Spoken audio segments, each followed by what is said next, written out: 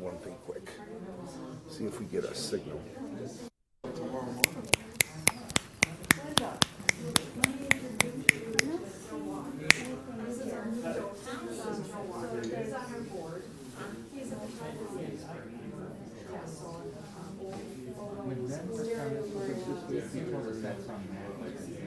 Yep. We gotta make sure it's not in the way.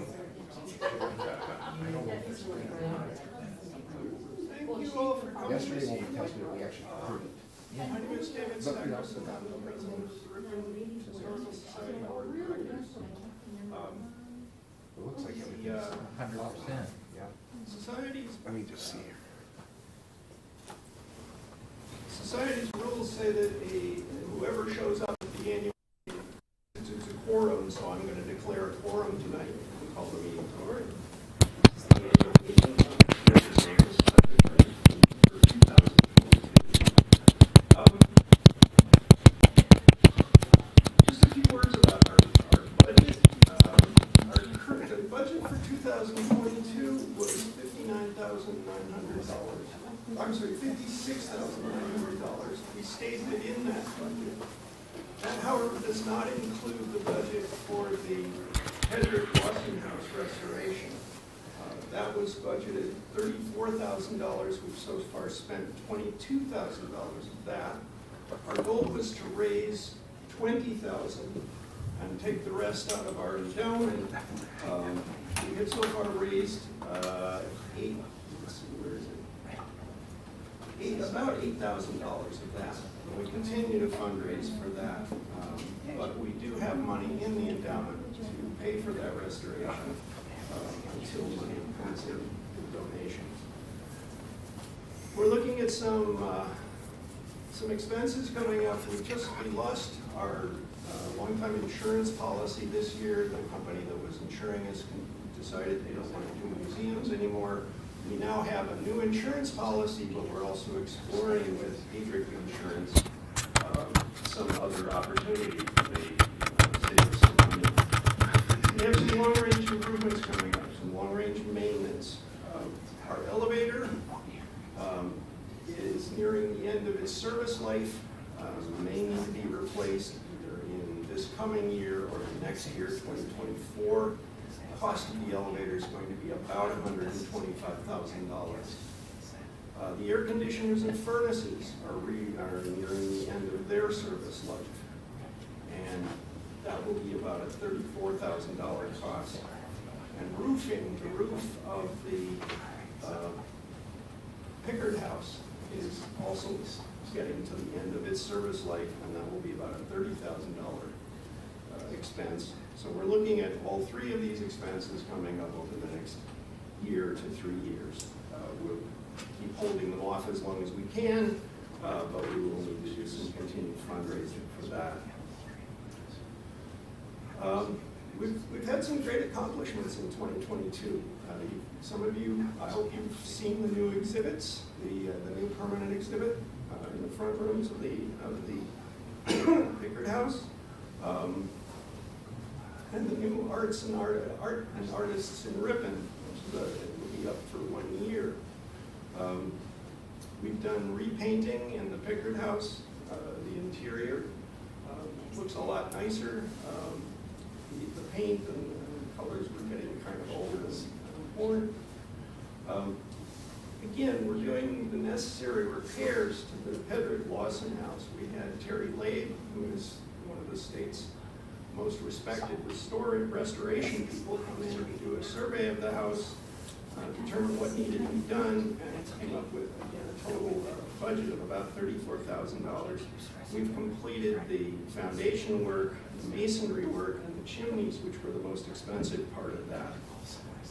And the rest of it, some window work, some woodwork, and so on, some work on the roof and the eaves is put off until spring, until it's good weather. We've established a number of partnerships this year, or strengthened existing partnerships. Ripon College students have been active at the society as interns, as volunteers, and for classes. Faculty have brought classes and students over to the Historical Society for hands-on experiences. We've establish better relations with the Chamber of Commerce. The new chamber director is very much a networking person, and we're working with her to coordination of events. When the chamber holds an event, if there's a possibility that we can be part of it, we'll be working closely with them. We've established a new relationship with the Ripon Public Library, where we're sharing resources, where we're talking to each other about what we have and what we can offer the people who visit both of our institutions. And of course, Ripon Commonwealth Press. They're giving us the space in the newspaper for a weekly article, and they recently gave us the archives of their newspapers going back, I don't remember the dates, but at least 100 years worth of newspapers. And those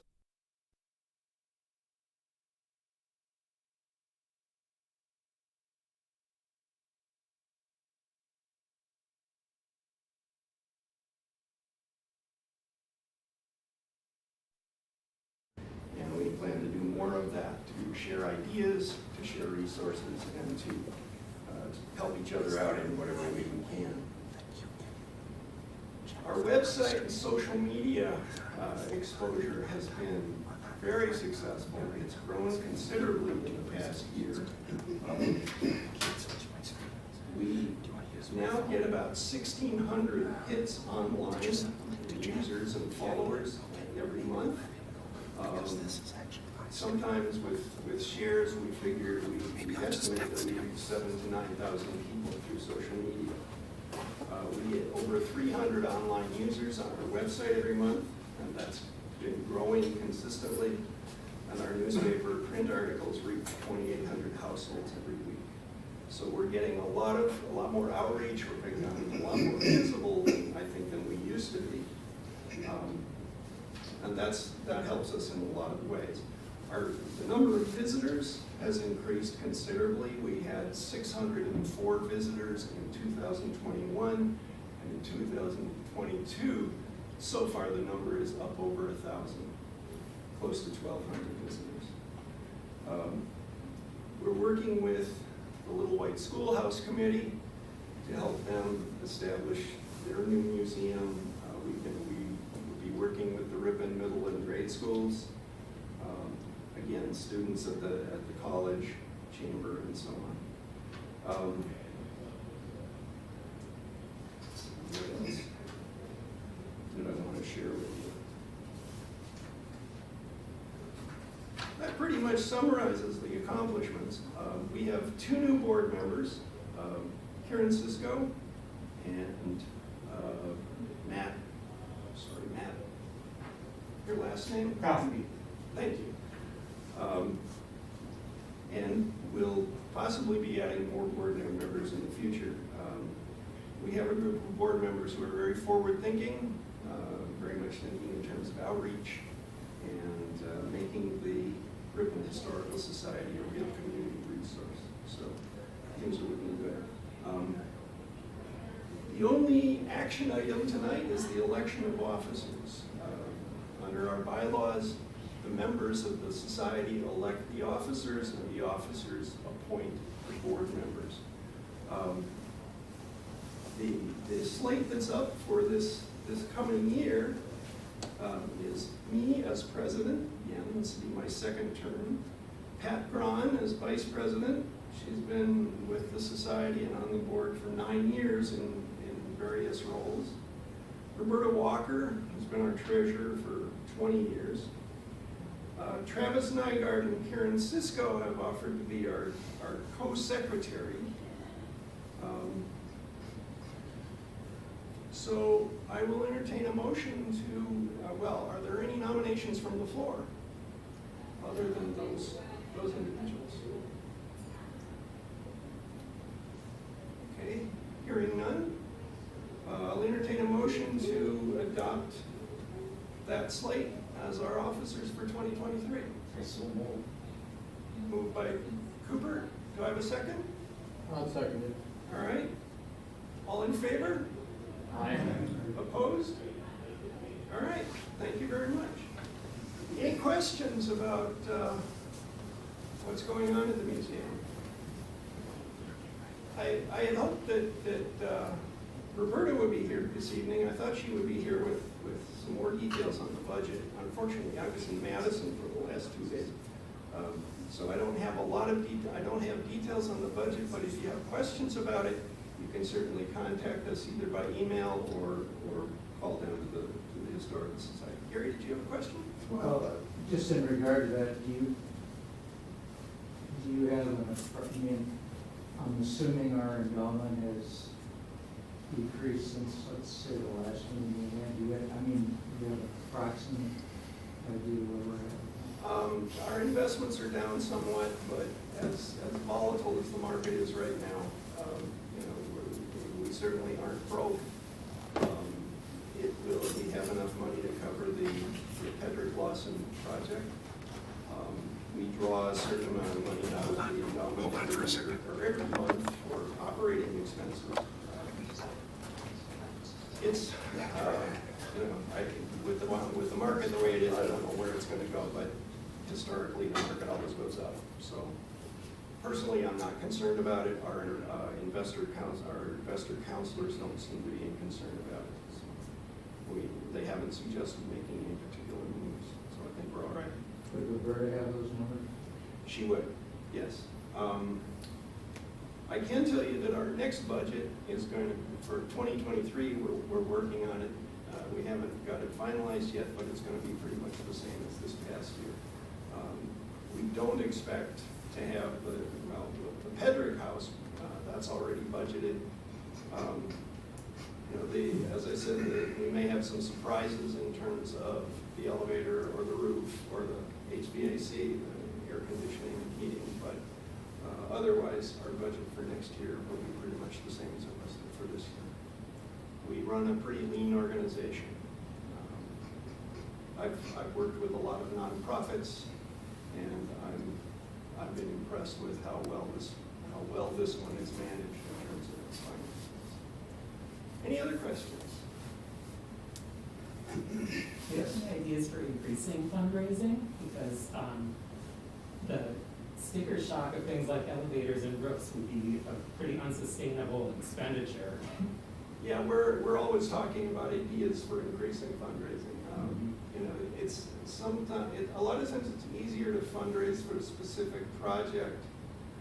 When those needs arise, then certainly we'll be doing some fundraising. It's kind of hard to raise funds for something that's theoretical and off in the future and nobody knows quite when. In terms of the sticker shock question, since you're talking about HVAC and roof, or elevator, is there any prudence in planning those out? So we do one 2 years from now, another one 4 years from now, so that you get all three of them in the same year? That's the intent. If we can, the elevator, if we can keep it going, great. Right now, we're told that the mechanism for the elevator belongs in a museum.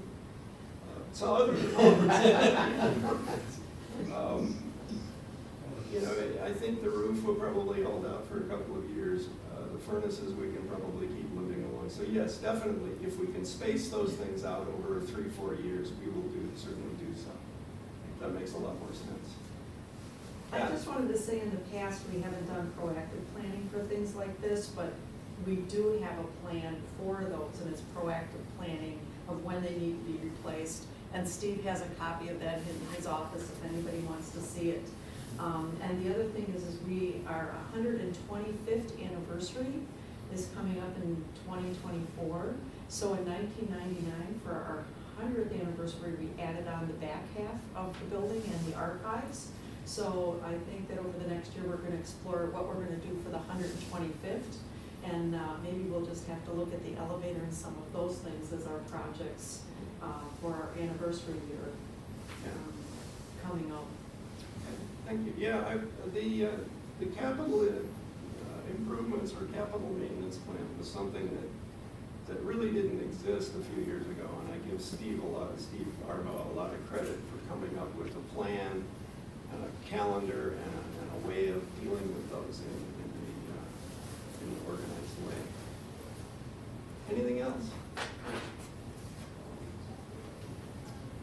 All right. Well, I encourage you to stop by the museum as often as you can. You know that our archives are growing all the time. If you have family papers or family photographs that we can copy and include in the archives, please bring them down, let us know about them.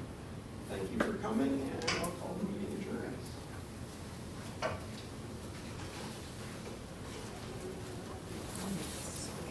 So, pass this around, please, just Hold on for a second. print your name so we know who is here, so we have a record of who attended. All right, so you're on public library. That's right.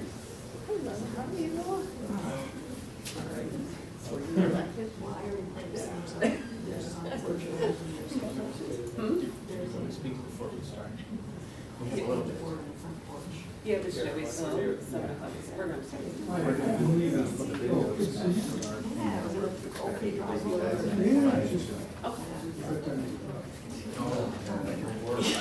Somebody said that everybody decorated early for Christmas, James does. To go to, right. Okay, and then, we're already set up. Hopefully it'll work. Yeah. I'll try it. Okay, good.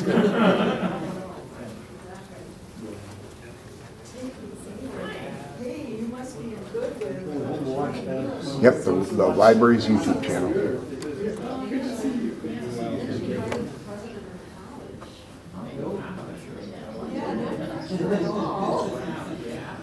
Okay, so we're gonna have a little bit of time before the public starts. We got about 10 minutes. Ripon will explain some people that are dialing in, and so the technology is already set up. One way to do it.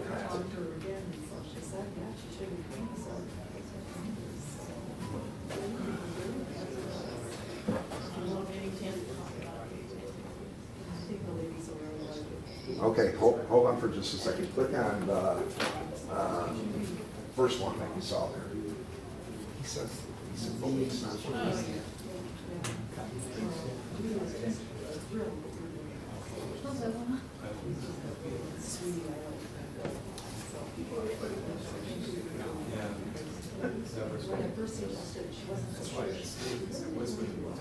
Hold on for just a second. Did you have a story time in December that would be on their YouTube channel? Those aren't wishes all a year ago. Okay. Yeah, we've had story times and book nights. Okay, so click on, Jack, click on that story time video, the story time in November. Very How far you can throw it? You said it before. Yeah, click on that. Okay. Okay, is it playing? Okay, hit the play louder on that video then. I remember being. But then we went down to 10. Oh, okay, all right. So that's what. Okay, I'm not sure what's going on. Oh, yeah.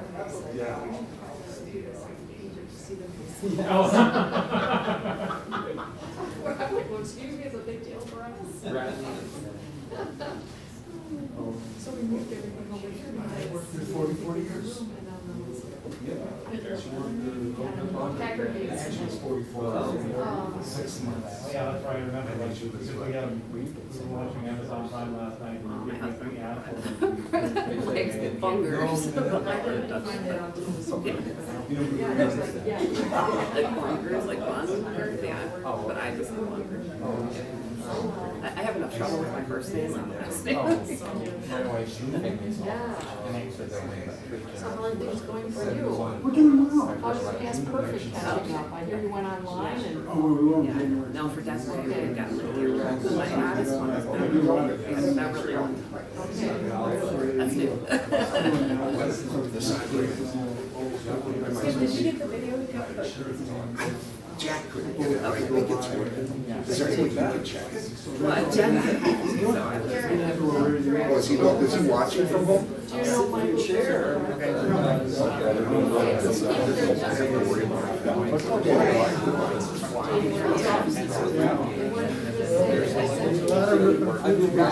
there are.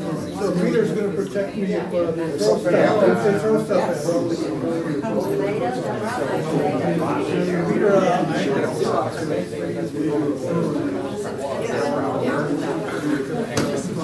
So, I don't, The homework assignment. But I already told David that what's the first question you get asked when you assign a paper to students? How long does it have to be? See, exactly. Yep. That's right. And my answer was always, Whatever it takes to get yeah, the point across. yeah. I said, long enough to tell me everything I need to know and not one word longer. No circular reasoning. No, no.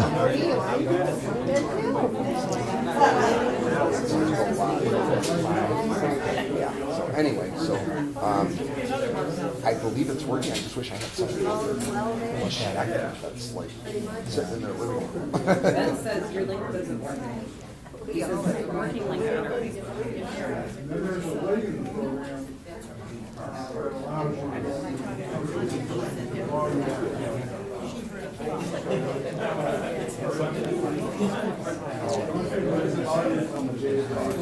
Doug, you came to listen to me rather than go to the college and listen to Charlie Sykes. I am impressed.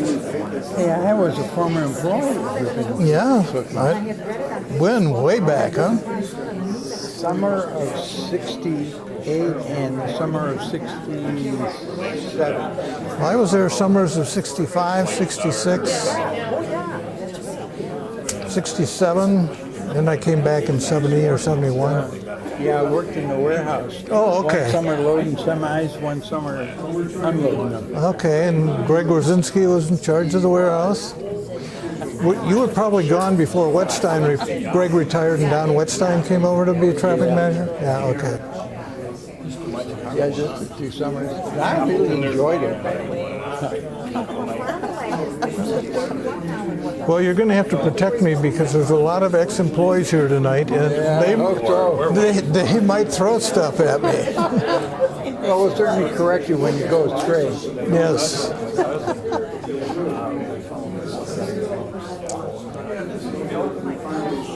They were talking about 40 and 45-year employees. I did last an hour and a half on the production line. Oh, okay. Well, I did better than that. I couldn't get 13 cookies in those trays. So the women would stand there and just chat. And she was absolutely unconscious. Oh, yeah. We had one woman work there for years. Every morning she asked the line supervisor the same question. How many go in a row? And the supervisor is just going nuts. She's worked here for years. She should know that. So I said to the supervisor, can she keep up her rows and put the right number in? Yeah. I says, what's the problem? She doesn't have to know that. You just you tell her and she does it. She does it. Yeah. Now, if she couldn't do it, that would be a different story. Then she'd be in my case. Yeah. Because I couldn't do it. They gave me something bigger to handle. Part of the problem was I'd grab them and crush it. Oh, yeah. I never, well, I packed on a line a little bit, very little, but I mean a lot of takeoff. You know, packages into the box. They're always good people to work with. Oh, well, I wrote a paper when I was in the MBA program. Well, actually, I was taking a graduate course through the education department at Oshkosh about theories of adult education. And Jerry Apps up in Wild Rose, I don't know if you know his name, all the books in the state about barns and all that good stuff that he's done. He started in the faculty at UW-Madison, and he was one of the pioneers in the field of adult education. And in any case, I forget the exact term from the book that I was writing about, but you know, Mike Wetzel on the sandwich machine and Orlo Pano on an oven. These guys were incredible. You know, cookies are halfway through the oven, and Orlo could tell by looking through an inspection window they were going to be too light or too dark. Yeah. And then he's playing with burners. Mike could make that sandwich machine, a second batch, let's say, is a slightly different size than the first. He's just, you never even know that they change. But neither one of them was good at trying to teach other people, you know, everything that they knew, and they knew everything about their jobs, but they just couldn't convey it to other people. Now, in Mike's case, if some of it was mechanical, that's not always. In Orlo's, it wasn't, but he still couldn't get that people to, and that's not necessarily an easy thing to do. No, it's not. Some people can do it, but they can't explain what they're doing. I thought certain you'd go see Charlie Sykes, who I have to admit, even though I don't agree with him very much philosophically or politically, Since he changed or before? I think I have a great deal of respect because He's been here before. Yes. He was talking on the other side. He is a conservative who is smart and can make points, and there aren't a lot of those. And I watched, it was 2019, he did a TEDx talk in Oshkosh on post-truth, and he was sensational. You know, Smart guy. smart and a great presenter, just fantastic. I had him here way back when. What it would be early 2000. Okay. When Peggy Noonan was here. Oh, yes. Peggy, Johnson. I wanted to jump up and ask some questions of Peggy, but decided not to.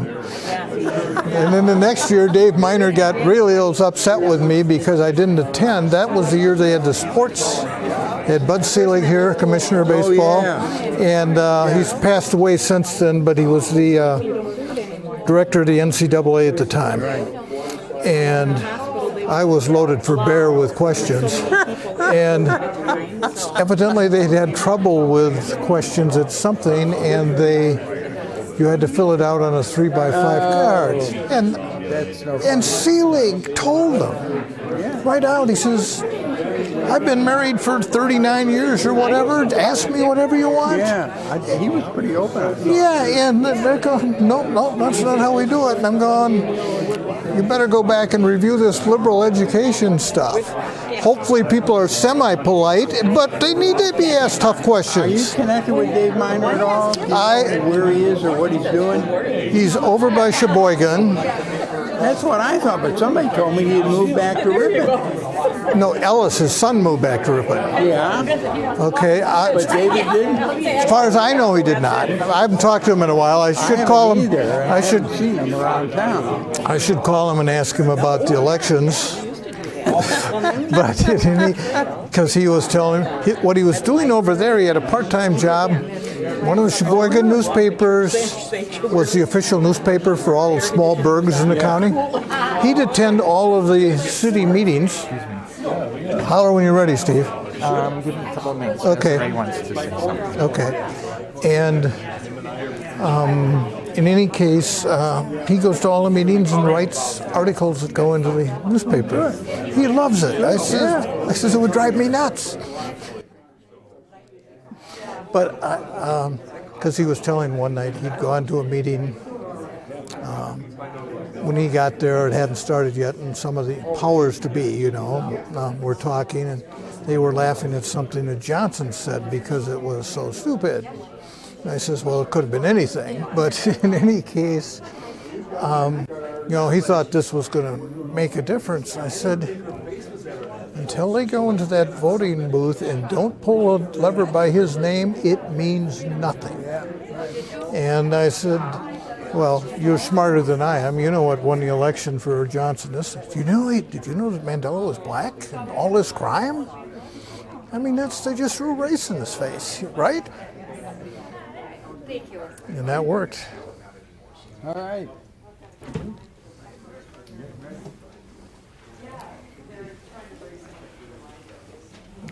I'm going to start doing this.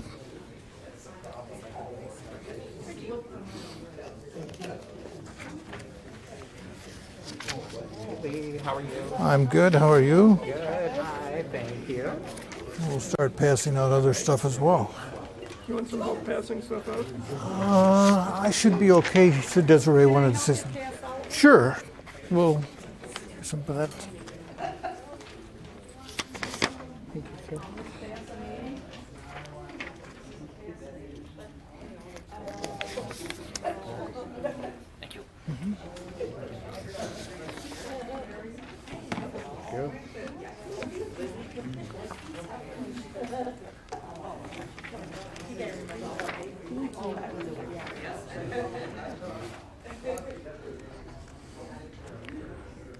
me 2 of mine.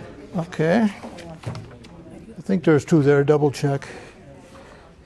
Here you go. Thank you. Hi everybody, my name is Desiree Bongers. I'm the library director here, and I just wanted to welcome you. We are so excited about partnering with the Historical Society. We did an in-service earlier this year, and we got to take a tour of their facility, and then we had a couple of their board members come here. And we're looking forward to collaborating with them on projects. And they mentioned that they had kind of outgrown their space for these programs, and we said we'd be happy to host you here. So thank you for coming. Let's see, one thing that of note that I wanted to mention that might be interesting to you is that we are in the process of completing the digitization of all of our newspaper reels that we have, so about 200 of them. Where the reels have been digitized and they are now at the Winnifox library system being uploaded and processed. We thought it was going to be a couple months yet, but I found out today that hopefully it'll be up in a few weeks.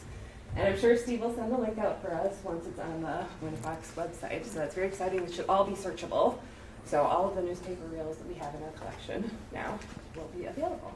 So, and then I also wanted to mention that we are soon kicking off our capital campaign for a $1.7 million renovation here to redo the children's wing, the entire wing upstairs, as well as all of the landscaping and the parking lot and the entryway.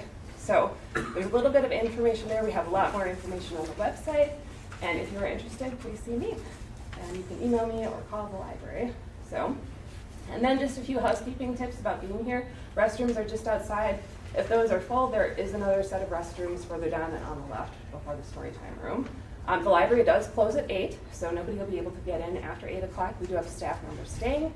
So if you need to leave before then and need to use the elevator, they will help you. When the program ends, if you need to use the stairs, you can just help yourself go up the stairs because that door automatically locks behind it. Anybody who's free to use the elevator, a staff member will assist because that we need to lock the doors behind. They'll automatically lock behind. So, but we're very happy to have you here, and if there's anything you need for future meetings here, let me know, and we'll do what we can to keep it going. So thank you. It was nice to see everybody. Yeah, thank you. So good evening. I just want to say thanks to everybody for coming out. Halfway through the week, we were getting some messages that, of course, the Packers are playing tonight. And for those of us who can record and watch some of that later, or Thursday night football, that's great. The other thing is the weather got a little bit icy this morning. It was a little bit of a surprise. And then we also found out the college has an event where they're doing a politics and political sort of download conversation. So we were getting a little nervous, but thank you all so much. We have 2 presenters tonight. We have Lee Prellwitz, who's going to speak about the Rippin Good Cookie Memories, product innovation, manufacturing. We've got a few videos and some surprise facts that he's going to share with us. We have Joel Schultz sitting in the back of the room who's going to talk to us about transportation. Joel also has a few slides, and then he has a chronology and a story along the wall by the windows that showcase sort of the early days of transportation until the end. And then for those of you who are here until the end, and I'm assuming everybody probably will be, we have a little bit of trivia, and then we have a surprise, because some of the cookies that you probably know and love are manufactured under different labels today.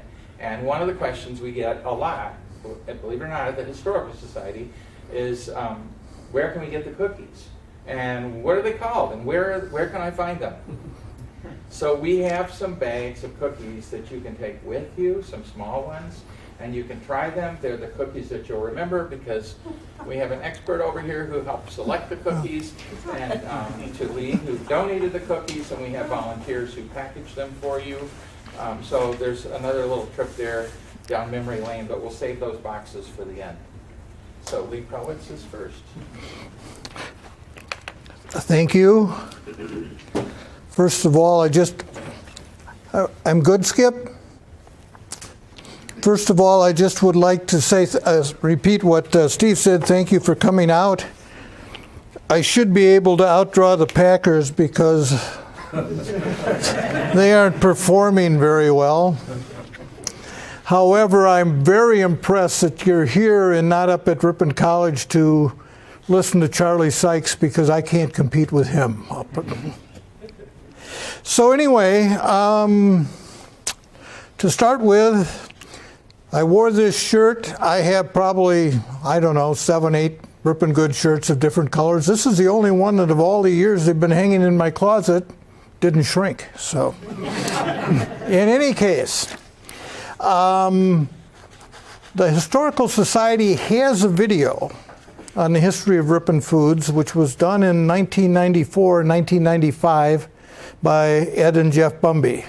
I have not seen it. I don't know if it's even locatable these days, but they did a history of the company going way back to not 1930 when Rippin' Foods started, but 1927 when the first attempt was made to have a cookie factory in Ripon. And Horace Bumby was not involved in that. He didn't get involved till 3 years later when the bank said, not only is the company in trouble, the bank is in trouble if you don't step in and offer some help here. So that's when the Bumby family got involved with Rippin' Foods, was in 1930, and they were involved with it until it was sold at the end of 1998 or in early 1999. So if you want to go to the first slide, Steve. Who can tell me that was the original building going back to maybe 27, but certainly 1930. This is 1930. What building is that? It was Rippin Area Builders, and the front part, the wooden part, was torn down a number of years ago. In the back part, of course, that became the parking lot for Rippin Area Builders, and then the back part was where they were at.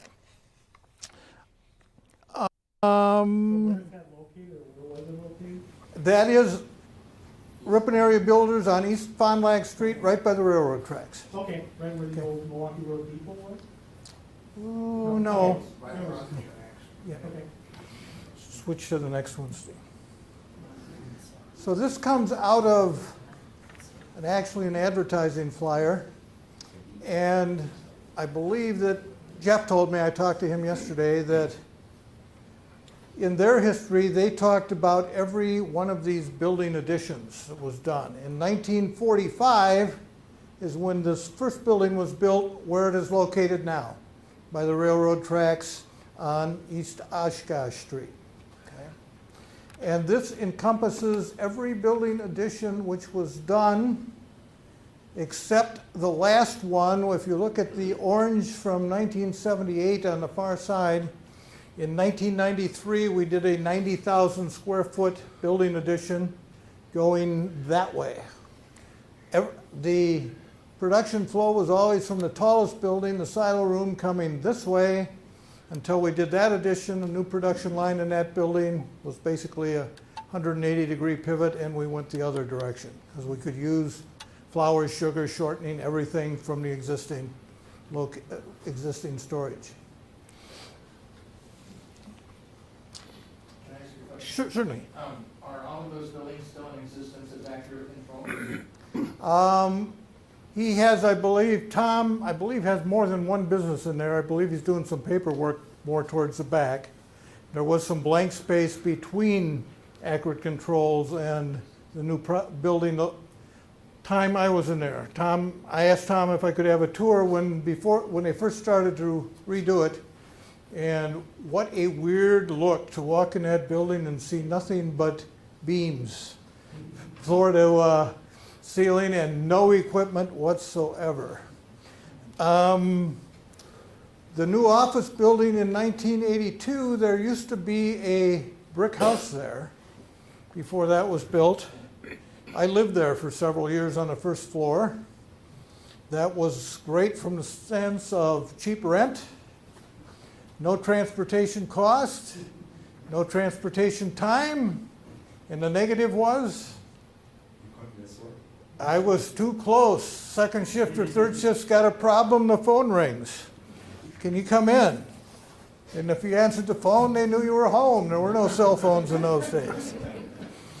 So I should note that the 1993 edition did play a role in the discontinuation of tours at Rippin Foods.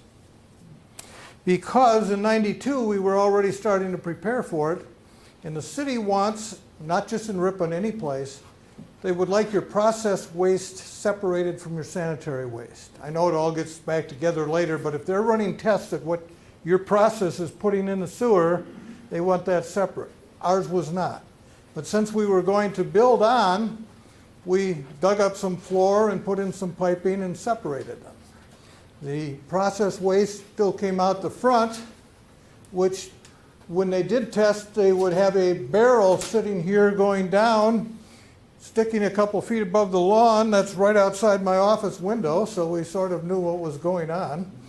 But in any case, we discontinued tours when we had the floor dug up. A few months later, the floor work is done. The city is starting to pressure, they want tours back because we haven't reinstituted them yet. And Ed Bumby and Dave Gerner in Human Resources, they were being pressured, and so they wanted us to reinstitute them. And my boss, Chuck Andrews, in a staff meeting took a vote. So he's got 2 votes in favor. Now, granted, 1 vote is maybe worth more than just 1 vote. Larry Schultz from Heritage didn't get a vote because Heritage never had tours and he didn't want any. So that left 4 of us plus Chuck, and he took a vote, and manufacturing, finance, sales, and marketing, it was a unanimous no, no, no, no. We have them out, we'll keep them out. At which point he said, Chuck said, these 4 guys have never all agreed on anything in their lives. If they all say no tours, it must be the right decision. The truth of the matter was he didn't want them either, and they did not come back. Now I'm going to ask you a first question here, a definition. Who can tell me what, well, Mark worked in traffic, he should know this. What's the definition of demurrage? Demurrage is, I'll read it, the definition. Defined as a charge payable to the owner of a chartered ship in respect of failure to load or discharge the ship within a time agreed. That applied to trucks as well, and train cars. So if we had a train car of flour or sugar on the tracks to be unloaded, we had a few days to unload it free. We weren't done in that time, then we were starting to pay a charge for that. So if you look across, well, the rail to railroad tracks would be here. In 1950, there was no trailer court over there. Later years, of course, there were, and it just got bigger and bigger and bigger. One Saturday morning, we had to finish unloading a train car that Saturday, or we were going to end up paying a demurrage charge. And if we could avoid it, we'd avoid it. And so it was hunting season, and the regular unloader said he didn't want to work. He wanted to go hunting. Well, okay, that means his substitute has to work. Well, he wanted to go hunting as well. So he asked, is it okay if I come in early to finish unloading this? What do I care? As long as it gets unloaded, right? So he comes in at 5 o'clock on Saturday morning and turns on this 90 horsepower blower to finish unloading the train car. Monday morning, the telephone was ringing off the hook because we were not very popular in the trailer court. They're morning to sleep in, and we weren't letting them do that. Let's start with, let's go to the timeline. I don't want to spend any money. There's the office building. Did I mention there's an underground tunnel, connects that to the plant, so you don't even have to go outside. And a lot of this comes from Tim Like, put this in the Commonwealth Press when the announcement was made that the plant was going to be closed. And if you look at the bottom one, 1999, St. Louis-based Rollcorp Holdings agreed to buy the company and operate it within its consumer food subsidiary, Bremner, which is in Princeton, Kentucky, and manufactures those products. If you could get the second one, Steve. In 2012, ConAgra, and this is all public information because these are all publicly traded companies, bought Rollcorp for 36,000 employees, $18 billion in annual sales for the price of $4.98 billion in stock and cash. They paid $90 a share. People who were still working in the plant at the time made out like bandits if they had stock in their retirement account because they paid a 25% premium on the share price at that point in time. In 2015, the announcement was made on May 18th that it was going to close the plant while leaving the wafer making plant open, which is now owned by Signature Wafers out of New York City. I know very little about it. They don't get involved hardly at all in the any local activities. So in November of 2015, excuse me, Sean Connolly announces the sale of most of Rollcorp, I should have put parentheses around most, to Treehouse Foods in Oak Brook, Illinois. Selling price is approximately $2.7 billion. So somebody made a very bad decision to pay $4.98 billion and sell it less than 3 years later for a couple billion less. You note it's a different CEO. And the CEO of Treehouse was Sam Reed, who had worked at Keyboard and Kellogg's before they started that company up. And then the last day of production was January 29th, 2016. Now we were going to start with some videos, but we were having trouble with the first one, but a good instructor always has a backup plan. So we're going to talk a little bit about fudge sticks and sugar wafers. Heritage Wafers was founded in 1980. It was independently operated at that point in time. One of the arguments was made it easier to get different ingredients and so forth as a separate company. The main reason was, I see Peter shrugged at that one. He'll believe the second one, which is Heritage was non-union. Rippin Foods had 2 unions actually, and that was a way to make sure they were not under the same umbrella and would remain as a non-union plant. They were not off to the best of starts in the world, but in 1980, Rippin Foods aggressively, and Heritage aggressively pursued the Keebler fudge stick business, and that was a savior for Heritage because we produced fudge sticks and more fudge sticks for some 20 years. I don't know what happened after 2000. I think they went away, came back, and then went away again. But in any case, suddenly Heritage was producing wafers like crazy. So I'll have to use my demonstration. The mayor cut these for me, just so you know. A wafer oven, think of a large waffle oven consisting of all these plates with a bottom. You put the batter on for the wafer shell. The top comes down on top. The top comes down on top of this one. It goes through the oven, it comes out, it slides off, and you have a wafer book like this. Then you put cream on top of it. And then you put another one right on top of that. And then more cream. And then another one. And when you're done with this, what are those called? Come on, Bill, you know this. 3x2s. 3 layers of shell, 2 layers of cream. Then Heritage would cut them again into, get 7 of these out of one book. And of course now they're already like this with 3 layers and 2 layers. And this is the same dimension as a fudge stick. They would ship those over to Rippin Foods and pretend these don't have coating on. The wafer cutter that was built at Rippin Foods was designed so that when you cut this, you would get 20 cookies, and these would drop right straight onto the wire belt. These would slide along on like a finger apparatus and fall off, so that instead of having them side by side, they were separated. That allowed you to put the coating on the side. And so you'd get 20 out of one of these, and it was too wide, so you had 40 cookies out of each cut on the wafer cutter.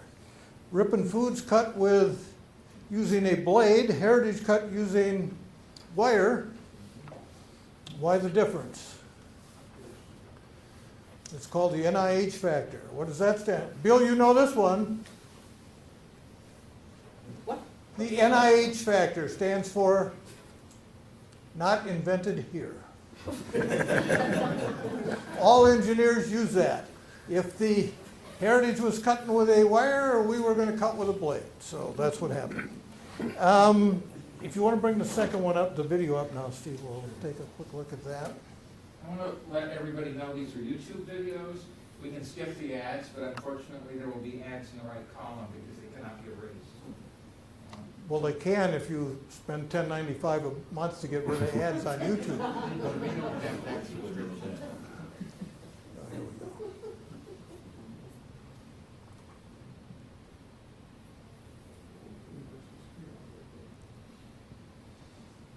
Now these are much bigger than fudge sticks, but they are wafers, and you can see that's called an enrober, where chocolate is being put on top. There you will see a blower is blowing it off because you are trying to get your weights and your coating percentages. Fudge sticks are 40% base, 40% coating and 60% base. Now stop it if you can, Steve. Right here is what is called a detailing rod. You are transferring off the wire belt onto the cooling belt to go into cool the product and set the coating. What that does, it's vibrating at a very high speed, and it will prevent coating from dragging along and follow its way into the onto the belt. Now we actually had one that was much bigger. It had like 3 larger rolls because we basically peeled all the coating off the bottom. If you get a fudge stick in your package, crack it open and you'll see that. And the whole purpose of that is you want the coating on the top where the customer can see it. It doesn't change, it's still 40%, but if it doesn't look like there's much on the top, that's probably not a good thing. So if you want to, yeah, we can skip away from that one.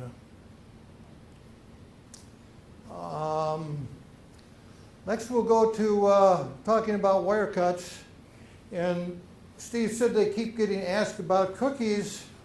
One they got asked about a lot was, where can we get the peanut butter cookies? There was a company, Delicious Cookie Company. At one point they were a manufacturer. They turned into a distributor company. And they came out with what they called a big brand line of cookies. I think we made 4. One was a rotary cookie shaped like an apple with Mott's applesauce. One was a shaped like a banana with chocolate coating on the bottom, which was Chiquita bananas. Flavor was used for that. And then there was also a peanut butter and jelly sandwich in which the base cake was shaped like a piece of bread.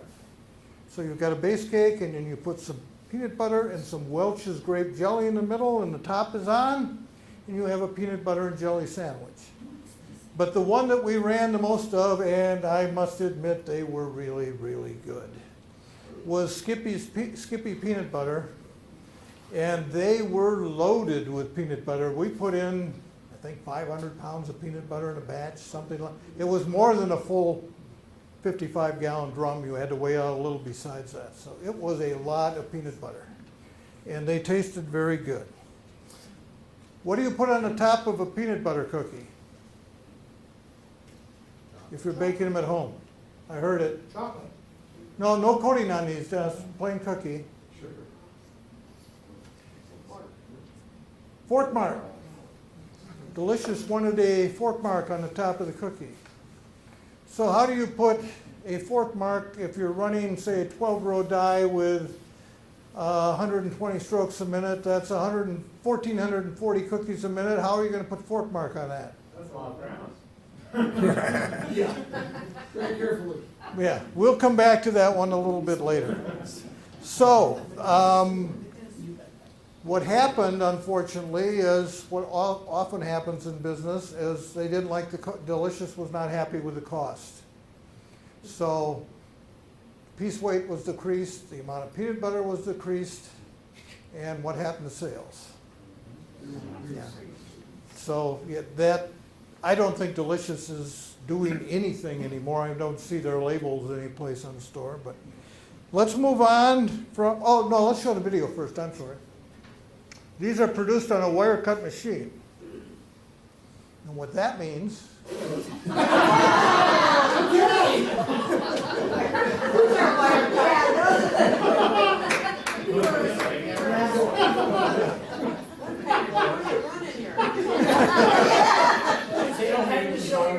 all right. That is a wire cut machine. As that arm is coming forward, there's a wire that goes through it completely, through each one of those little arms. And as you can see, it is cutting off cookies every row. Every time it comes forward, it's cutting off a whole row. Now you control the weight. I should have Dennis do this one for me. You control the weight by changing the speed of the rollers, push more dough through, and on to go into the oven for baking. That's good, Steve. On our oven, we only had about 7 or 8 feet from the exit of the wire cut machine to the entrance to the oven. How are we going to get those fork marks put on the top? No room to put, you want to do it manually, there's no room. So we'll come back to that one. Let's go to the next one.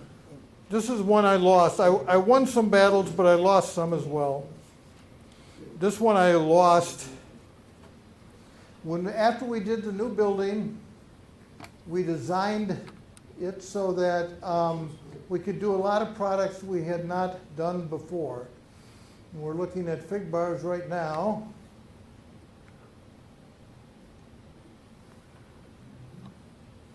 Now, they may have done figs later, but we actually were doing fruit bars. And we will get to that in a minute. Notice that nice smooth cut? If you get a package take a package that has a Kellogg's fruit bar in it, you aren't going to see a nice smooth cut like that. See if we can move that forward to,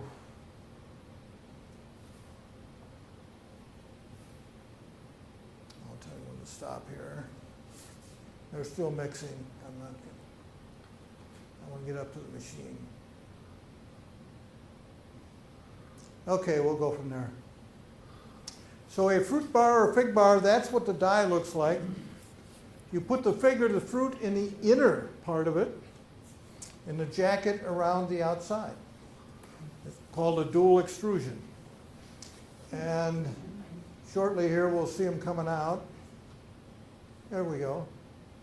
You can see there's 2 separate hoppers up on top, one for the dough and one for the fig. And they come out like a long rope. And they go through the oven like that. And when they come out, we'll get there in a minute for cutting, I think. Right now he's basically taking samples off to weigh each individual cookie. You can control again with the speed of your rollers and changing how much you have in there for each individual. And as they come out of the oven, that jam, if we were doing fruit bars, is extremely hot, like 180 to 200 degrees. And when it comes to cutting, I think we're going to see it here in a second. Well, they're actually rolling these down. We did not do that. I don't know what the purpose of that is. That is a guillotine cutter. And as it goes up and down, it cuts them into individual rows, and they then get pulled apart to go to packaging. Now they're cooling. We didn't do that either. But we had a long trip from the end of the oven to the packaging area. And gives you an idea of how they were manufactured, baked, and then cut. Now, the problem with the guillotine cutter, you can kill that, Steve. The problem with a guillotine cutter is because it's so hot, jam will stick to it. And that can be a mess. So we actually were talked into, and made sense, using what is called a disc cutter. It goes across the band at an angle, a whole bunch of individual discs. And as the whole thing circulates, goes underneath the oven band and washes each individual round. Now, how do you go across at an angle and keep the end perfectly square? That is why the engineers take calculus. That is beyond, but I mean, you can design it to do that. So that's baking them. Now we're actually going to watch something a little different to show the high-speed packaging, but it'll show what I want you to see. Andy? Yes. You mentioned in comments, you said you lost the battle. We'll get to that. Okay. We'll get to that in a second. Again, you can push this ahead. Oh, that's a new one coming up. Okay. Here we go. Now those are enrobed bars of some type. And we're going to get down here. And here's the battle I lost. Not a problem producing a lot of pounds, but if you have a package with a lot of cookies in, what's happened here is basically it was getting behind. So it pushed those forward, brings them back, drops them down, and they're going the other direction towards the wrapper. Now we're going to turn them 90 degrees to get them into the wrapper here very shortly. And you will see those two belts are split in the middle. The one on this side was going faster to help turn it. Now we're going into the wrapper. According to the this is going at 400 wraps a minute. And it's going to show a few things it can do. It'll throw out something, automatic splicing, so that you splice from one roll of film to the next without stopping. And yeah, your eyes can't even focus. It slows it down to show if there's a cookie missing, it pulls it off. We may be already past it where one was over the peg and it would have jammed in the wrapper. So, good, Steve, thank you. So to answer your question, fruit bars, we had 3 wrappers. Well, why did we put that in? Frito-Lay and Sara Lee were going to do a joint project. They wanted to sell Bubba whatever he bought in the morning in the convenience store when he stopped to get his cup of coffee on the way to work. And I thought that was funny until my bosses, don't laugh, they know more about Bubba than Bubba knows about Bubba. And they're probably correct. But the argument was they were going to use Sara Lee, noted for its high quality products, Frito-Lay, noted for a world-class distribution system. If the supermarket runs out of potato chips on the 4th of July, not good. Call them, they'll have them restocked within 6 hours. And they had 3 different distribution channels, one of which was called UDS, which stands for up and down the street. We want to be in every store up and down the street. I was vehemently opposed because I wanted no part of high-speed packaging, because that equipment can never shut off, ever. And that wasn't going to happen. And you have fruit bars coming at you with 60% jacket, 40% jam. Is jam cheap? Not at all.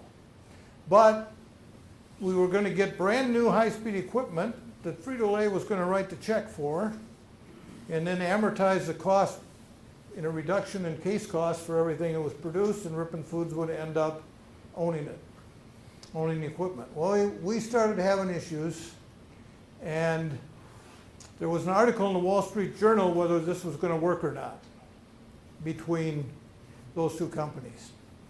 Well, it turned out they didn't like each other, not a good thing for a joint venture. Frito-Lay told us, if you get a call from Sara Lee, don't talk to him, call us and we'll talk to him. Okay, fine. But anyway, one of the arguments was what I've already stated. Great products, great distribution, two great companies, this is going to work. And the opposing point, the guy who wrote the column and said it's not going to work, was this is a price point game and Little Debbie is going to kill them. And for a combination, and don't ask me how they do it down there in Tennessee, but they do. And that's eventually what ended up happening is it did not last very long. And I was not the only one breathing a sigh of relief when that happened. So the last one we'll do is we will follow sandwich cookies being made along a line. And Steve, again, if you bring that up, and you can skip, well, you can skip past the bra ad to start with.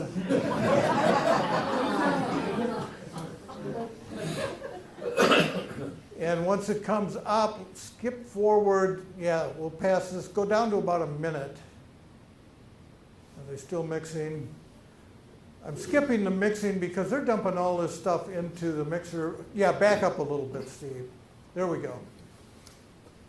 I skipped past all of the mixing because they're dumping stuff in bags directly into the mixer and nobody does that. So anyway, if you'll hold it there, Steve, this is a rotary die. If you can stop it, there we go. Similar to an Oreo, it's not real clear right now, but see this cookie dough that's still stuck in the outside? That is what is referred to around the edges as a coin edge. Why do you do that if the dough's going to stick in it? Easy answer. Oreo has a coin edge. Makes it simple.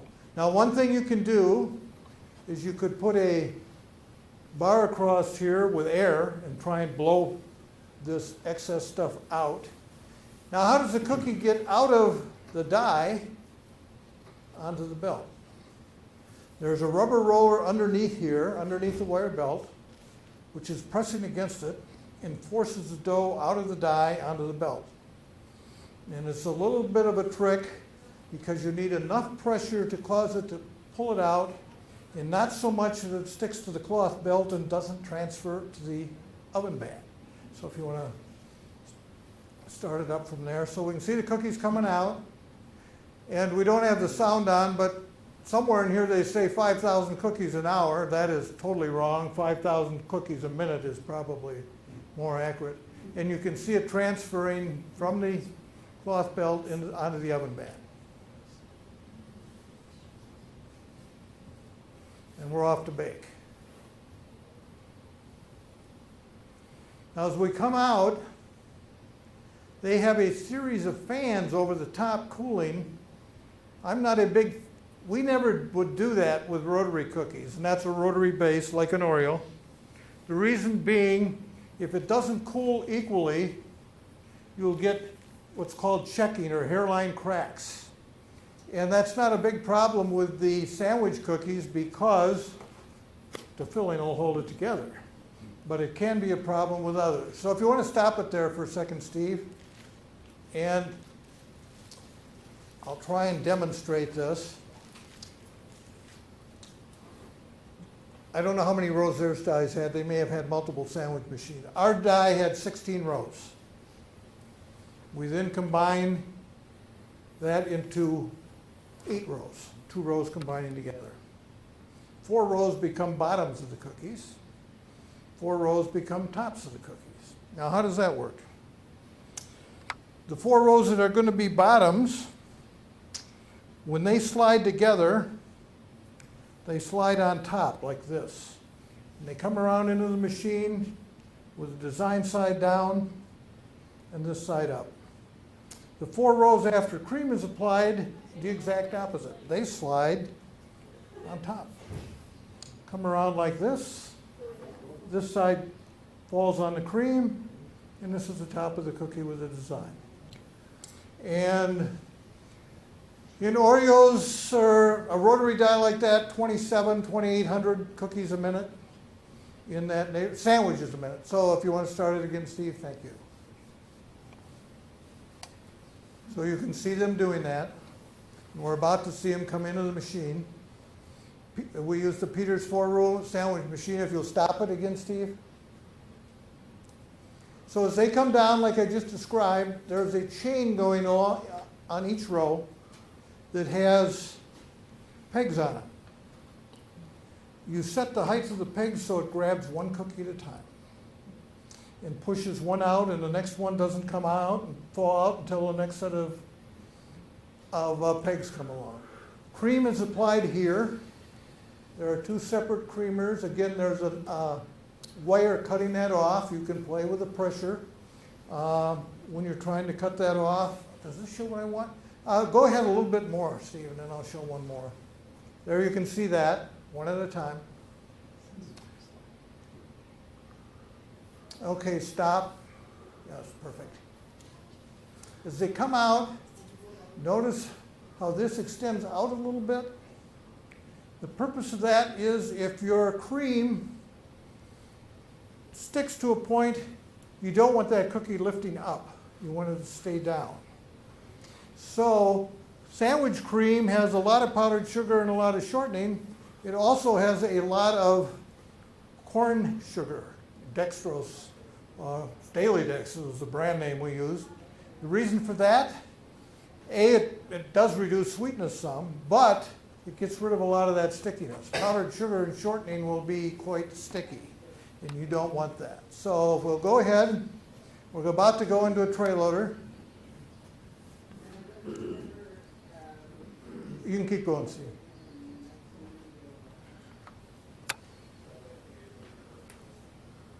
We'll take it through to the end now. This is what's called a count tray loader. There you see the tops going on. Again, one at a time and at a good speed. Now we're going to go into a tray loader, and it is a manual count. It counts 11, because that's how many's in a row in this package. Pulls those 11 ahead, and they drop into a tray.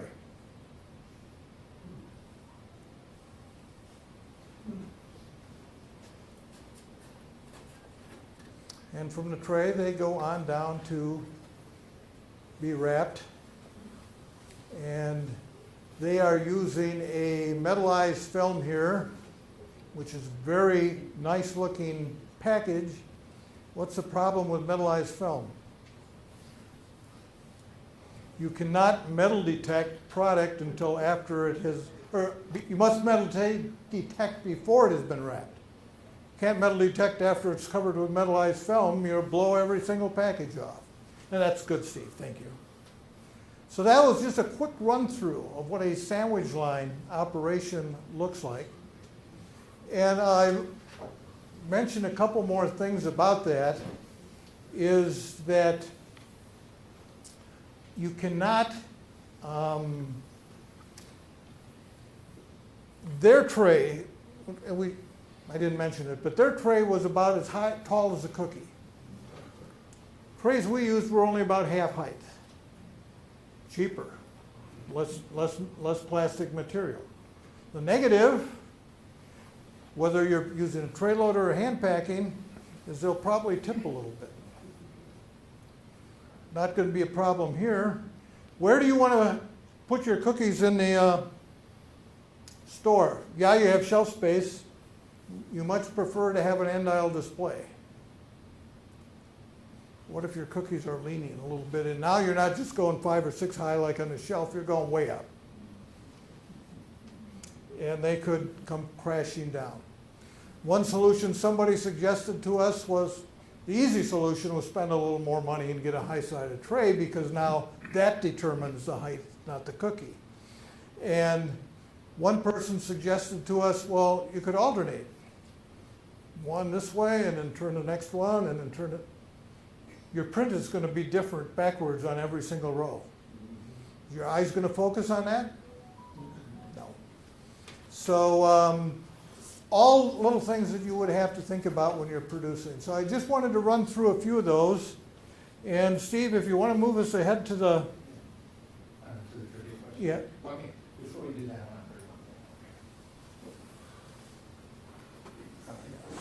since you're talking manufacturing, we have a lot of artifacts in the Ripon Historical Society, artifacts from all sorts of things, but this is one of the artifacts. These are animal cookies or animal crackers.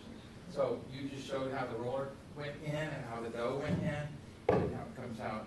Is this similar to the sandwich cookie roller? oh yes, exactly. It would be the same diameter because we want to run a lot of different things on the same machine, so they all have to be the same size. What this is what is called a sample. We would have a die roller that was basically empty. And you would pound one end of it off, and you could put different things on here to run different samples when you were trying to design something new. Give you an example, we did a project with Disney and Gold Bond Ice Cream where we had big 2.5-inch cookies of Christmas at Pooh Corners. You guys remember that? Because we shipped the cookies, individual cookies, up to Gold Bond Ice Cream in Green Bay, and they put ice cream on and made ice cream sandwiches, wrapped them, and they went down to Disney World, where they sold for an outrageous price. But in any case, we could put the designs on here and work on them, get our thickness, our weight, and this didn't work, we'd send it back to the plant in Chicago and get it redone. And one time, you can take it away, or if you have what. At our staff meeting, Chuck Andrews said, you guys all got paper, right? Always. And he read a letter from a little girl who wanted to know what the animals were in the carousel package. And he wanted us to write them all down. So I told him, well, the oven speed is this, the RPMs on the rotary machine is this, the coating percentage is this, and the cases per hour is this. And he said, she doesn't care about that. She wants to know what the animals are. And of course, he'd already sent that to quality assurance, and they'd gotten them, and so they could respond with a letter. But as I was leaving the meeting, I said, would you rather I knew the animals or the production standards? He says the production standards. But just take it, and these are carousels right here. Now we have a handout here for you with this, but so we're not going to take any time other than to, how many people can name some of these cookies? And we got a lot of Ripon Foods people here. Striped Danies. Striped Danies is here. Bright bites. Coconut bar, Ice Spice is up here. Now this is a little misleading. M&M's. We'll get there in a second, Dennis. This is a little misleading because there's actually a hole in the center of that cookie, but the background is such that it doesn't show up real good. Dennis said M&M's. Macaroon creams. Yeah, Ripon was. We'll get to Bon Bon in a minute. These, of course, are sugar wafers. These are 2x1s. What does that mean? Told you what a 3x2 was. 2 layers of shell, 1 layer of cream. When Heritage put out that assorted package, there was a third one in there, which was chocolate. See, we got a knowledgeable crowd out here. And these two go together. Very good. Bon Bon and Puffs, 15 count. 6 of them were had coating on. 9 of them were marshmallow. Some with pink marshmallow, some with white. And why coconut on the top? I heard it. So they don't stick.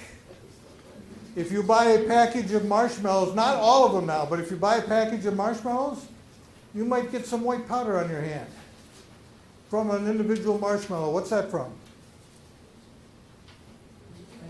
They put cornstarch on them to keep them from sticking while they're packaging them.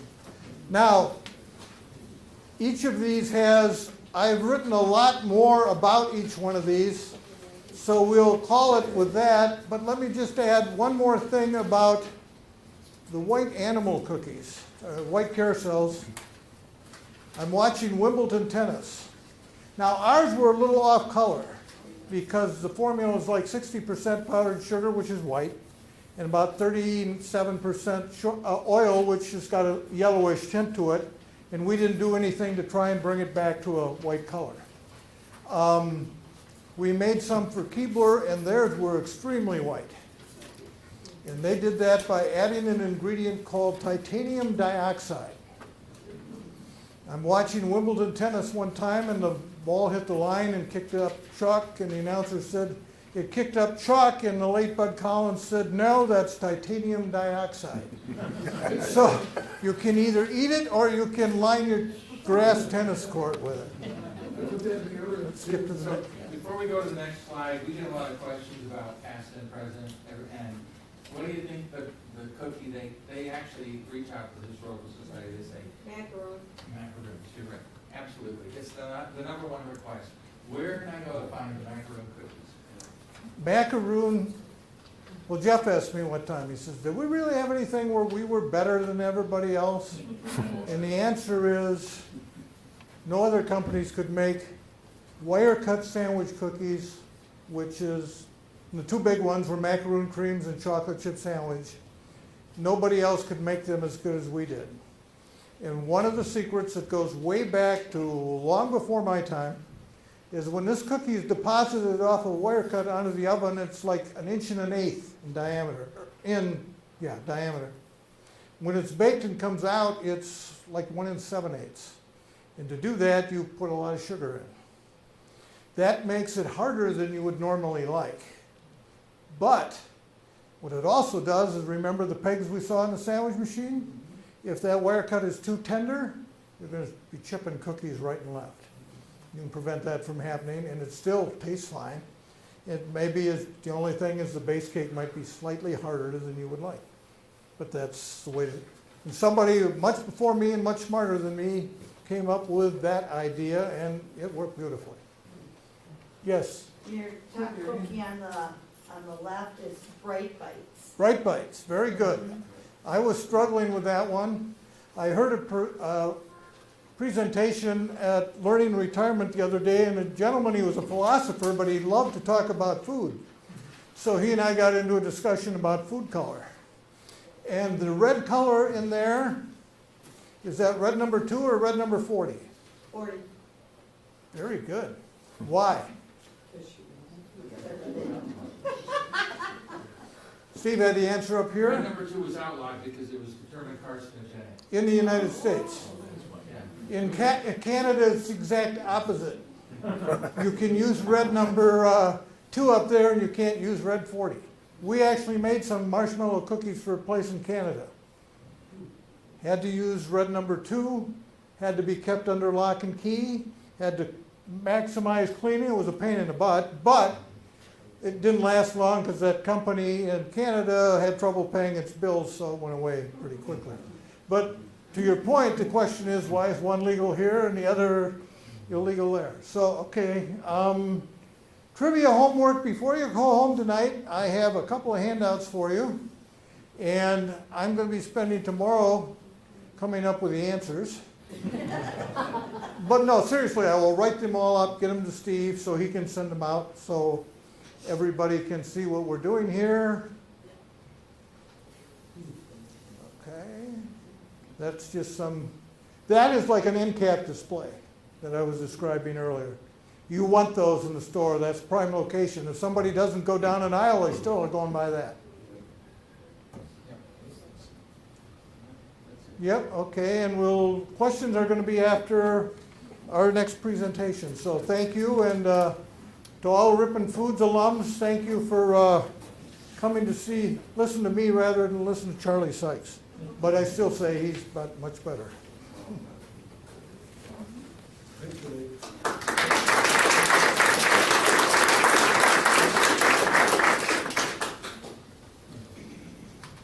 Joel, we're ready for you.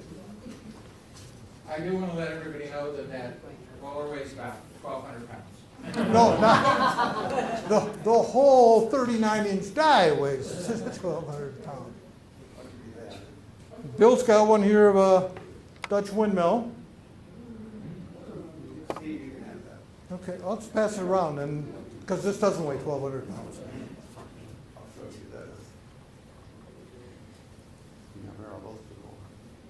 Yeah, that. Can we pass that around too? Because that is the wafer cutter, correct? This is the way, I'll let you have this, but I want it back. That is the wafer cutter I described when I was showing how sugar wafers were cut. Okay, right? Oh, yeah. There's the doctor. Hello, my name is Joel Schultz. I am the son of Lauren Schultz, who was Ripon High School graduate from 1937. And my mom was Ruth Yankee Schultz. You might get the hint where Yankee and Schultz come from. My mom was Green Lake, class of 40. And I'm also a nephew of Richard Yankee, who was my mom's twin. And I want to tell you right now, I'm not the authority on Yankee and Schultz and shipping cookies. I'm just telling you what I figured out over my lifetime. I spent my whole life, well, not my whole life, but a lot of my life around the trucks that hauled the Ripon Good cookies. I heard a lot of stories over coffee time, lunchtime, beer time, and truck drivers like to talk. And anything I say, if you find something wrong with it, any additions or corrections, please tell me because I want to get this right. Were you ever on vacation or on a business trip and saw a cookie truck someplace else? Or maybe took a picture of one someplace else? If you did, please let me know. I'd like to have a copy of it. Any stories about the drivers and stuff like that? Well, not all the stories, but the drivers. Anything that family-oriented maybe. Please share. I have 3 brothers, and we grew up, I guess our childhood was every little boy's dream. Our dad had trucks. And if there's a big noisy truck going through a city, I was in it. And if there's a big noisy truck stopping at a roadside diner someplace in Minnesota, I got out of it. If there's a big noisy truck going down neighborhood streets looking for the warehouse, all the kids in the neighborhood would hop on their bikes and follow. Kids would run after it. And when that truck stopped, I got out. And I walked to the back of the trailer, and the kids kind of parted. And luckily I wore t-shirts because if I had buttons, they would have popped off everywhere. It was just great. So my view of this company might be a little skewed because I just loved it as a child. Okay, next one. Next picture. This kind of jumped ahead a little bit. This is, oh, we'll get it.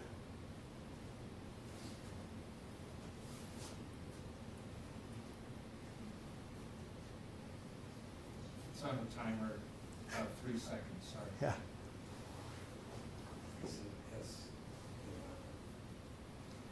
So the next picture is a pay stub I got for going on a pedal run. And probably a truck like that where we went around Iowa, Minnesota, and stopped at maybe 3, 4, 5 different places and unloaded maybe 200 or 300 cookies at a distributor in somebody's garage, in a little warehouse, who knows where. And at that time, we got paid $4.50 a stop. And I'd ride along with my dad or another driver, and my job was to be in the trailer and put the cookies on the track, and the driver would be in the building stacking them up. And as I got older, the driver would hop it, we'd get to the place, the driver would hop in the bunk, and I'd unload myself. And then when I get done, I'd drive the truck ahead, shut the trailer doors, and by then he was up, he'd drive, I'd jump in the bunk, and we'd drive to the next stop, maybe 2 hours away. And we'd do that all night long until we're done and get home and probably around noon. You get it yet? No, I think I confused it by going back. I'm going to have to reboot it. Well, then the picture after that is just a open trailer with the track, the roller tracks that we used to use to unload, and I just happened to run across the picture, so it's kind of nice. Both my dad and Uncle Dick were World War II veterans, and they developed a can-do attitude. And when they came back from the war, Uncle Dick worked for Bartell Trucking, E.L. Bartell, and he hauled for the cookie factory, for Speed Queen, and Old Style beer. I don't know how that worked out. And my dad worked for Bird Trucking in Green Lake, and he also drove for Bartell. And sometime in the late 40s, Bartell decided to downsize, and so he sold the rights to hauling the cookies and 2 little Ford semi-trucks to my dad and my uncle, and they formed Bianchi and Schultz. And I think they mostly went around the state, and that was like 1949, I believe. And they mostly went around the state of Wisconsin, probably Chicago, maybe the Twin Cities, and just had little trucks, little trailers, and short hauls. And then the cookie factory must have had a fantastic sales force because they just grew so fast. It didn't take long, and we had to, they had 2 trucks went to 5 trucks in our back. We lived on Walker Avenue in Green Lake near the Lutheran Church, and we had 5 trucks in the backyard. And what a childhood dream that was. Unfortunately, I was too little to remember that. But the lady that owns the house now has a swimming pool. And I think if I had my choice, I'd have the trucks. Okay. See what happens here.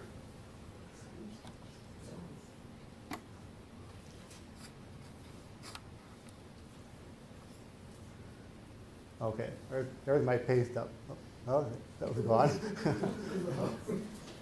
It's on the screen there, but it's not up on the screen here.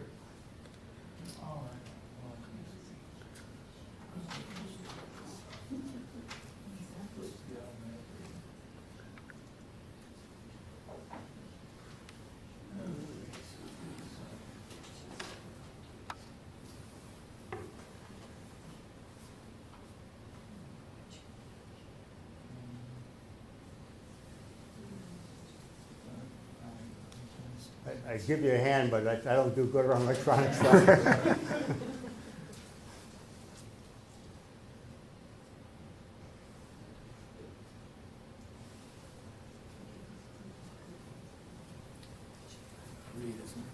Did we get that commercial back up here that Lee had up there?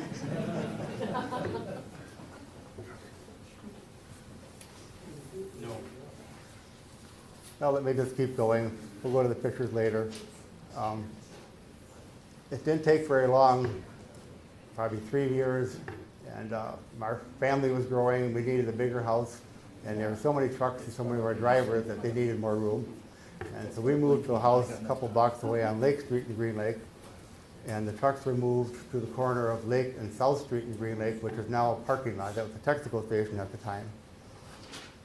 And again, the trucks were just all little day cabs, so anybody who went on a trip overnight had to sleep across the seats or in the trailer up if there wasn't a full load. I remember sleeping in the trailer on top of cookies with my dad. That was really nice. Smell those cookies and lay there. Then as again, the sales must have been something because it wasn't long and they were starting to go to Ohio and Pennsylvania and Kansas and Missouri, and they just had to have trucks with sleepers. And in those days, they had strict length limits. And so if you had a conventional truck with the engine out in front, you had to, and put a sleeper on it, you had to have shorter trailers, less payload, less money. So they went to cab-overs, where the engine was like underneath the driver, and that way you could have a sleeper and still have the same length. But of course, they wouldn't fit in that little gas station service garage, so they had to have another building. So they, about that time, I'd love to heard the conversations between my dad and Uncle Dick and John Bumby, when John would say, "Can you haul to Kansas?" And they'd say, "Sure." "Can you haul to California?" "Sure." "You go to Oregon?" "Sure." And they had no idea how to do it, I'm sure. But somehow that was their service training, can-do attitude. They said yes, and they figured out somehow how to do it. And from what I can figure, around 1957 is when they bought their first truck to go to California. And it was just a little H65 Mack, probably all of 180 horsepower, no turbo. Oh, there we go. There's the trailer with the track in it. Okay, let's go to the next one quickly. Maybe. Okay, that's Uncle Dick when he drove for Speed Queen. It's called Seelig and Barlow then.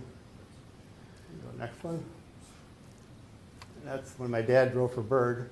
Now that's in Green Lake. Any idea where that is? Behind the trailer, that building, that's Thrasher Opera Hall.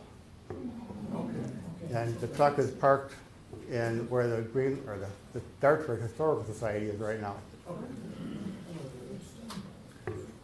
Okay, go to the next one. There we go. That's the first two little Ford trucks with my brothers in it. I wasn't born yet. That we bought from Bartell. Okay, next one. And that's our backyard on Walker Avenue. And our next door neighbor, I don't know if any of you know Ken Friend. He was the president of the Green Lake Bank for a number of years. Well, he was a teenage boy, lived next door, and he just fell in love with trucks too. And he'd go along on pedal runs and unload. So he's got some good stories. Okay, try the next one. That's the Texaco gas station on the corner of Lake and South Street. That's the parking lot now. Okay, next one. And that's one of the trucks, the day cab type truck with no sleeper on it, all ready to go someplace. Can I ask who owned the trailer that's Rippin the cookies? Was that your family, or was that from the cookie factory? It gets kind of confusing to me, because from what I understand, in those days, to haul a product, you had to have authority, and you had to pay for that somehow to the government. And when my dad and uncle bought the first two trucks, they could not afford the authority, and I understand that John Bumby bought the authority for them. So he basically was paying the government money to haul his own product. What a deal.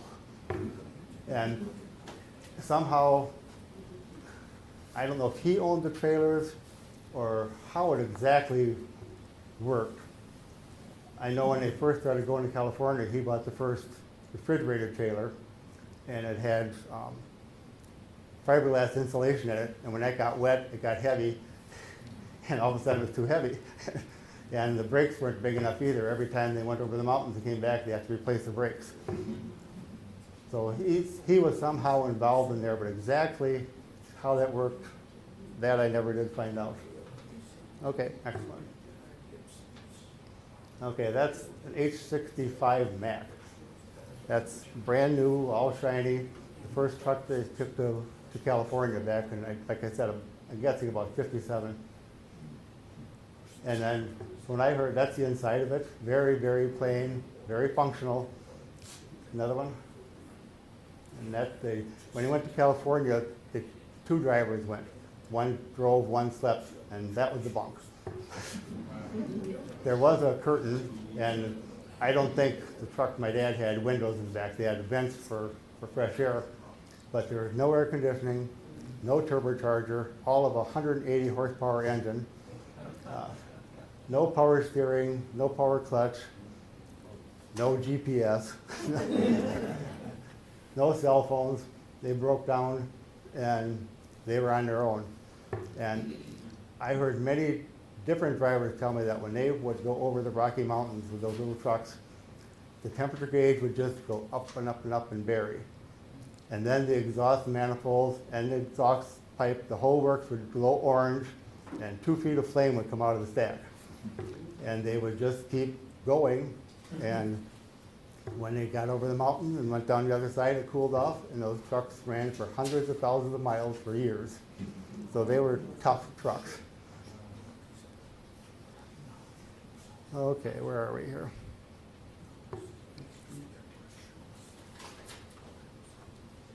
Okay, we go to the next one. That is the Lake Steel building in Green Lake.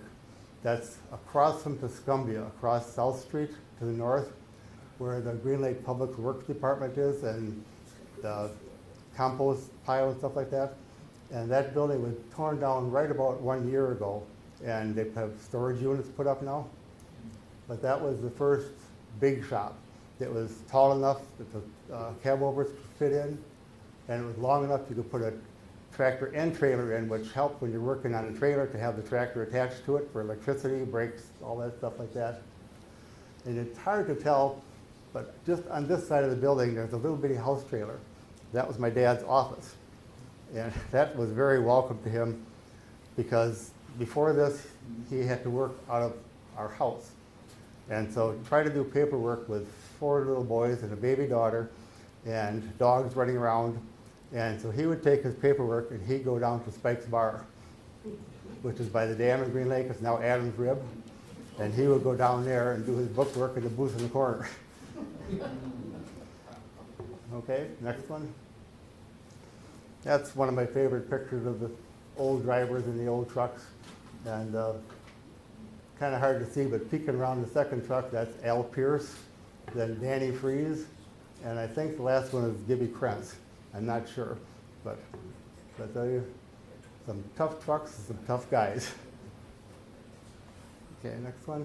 Okay, about early 60s with the moving there, and again, the cookie factory just growing and needing more and more trucks, and always not having enough money to buy more trucks, they decided to buy 6 of these little GMC gas trucks. And they used them for hauling around the Midwest and to the West Coast, or not West Coast, East Coast.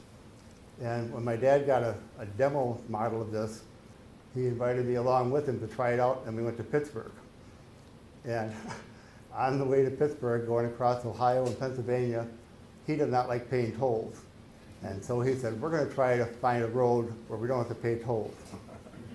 My God, we went on these curvy back and forth. We spent more in gas than we would in tolls, I know. And he could see I was checking on corners, and he could see I was uncomfortable. And he finally said, well, it's a demo model. We have to find out how fast we can go before it tips over. But that about put me under the seat.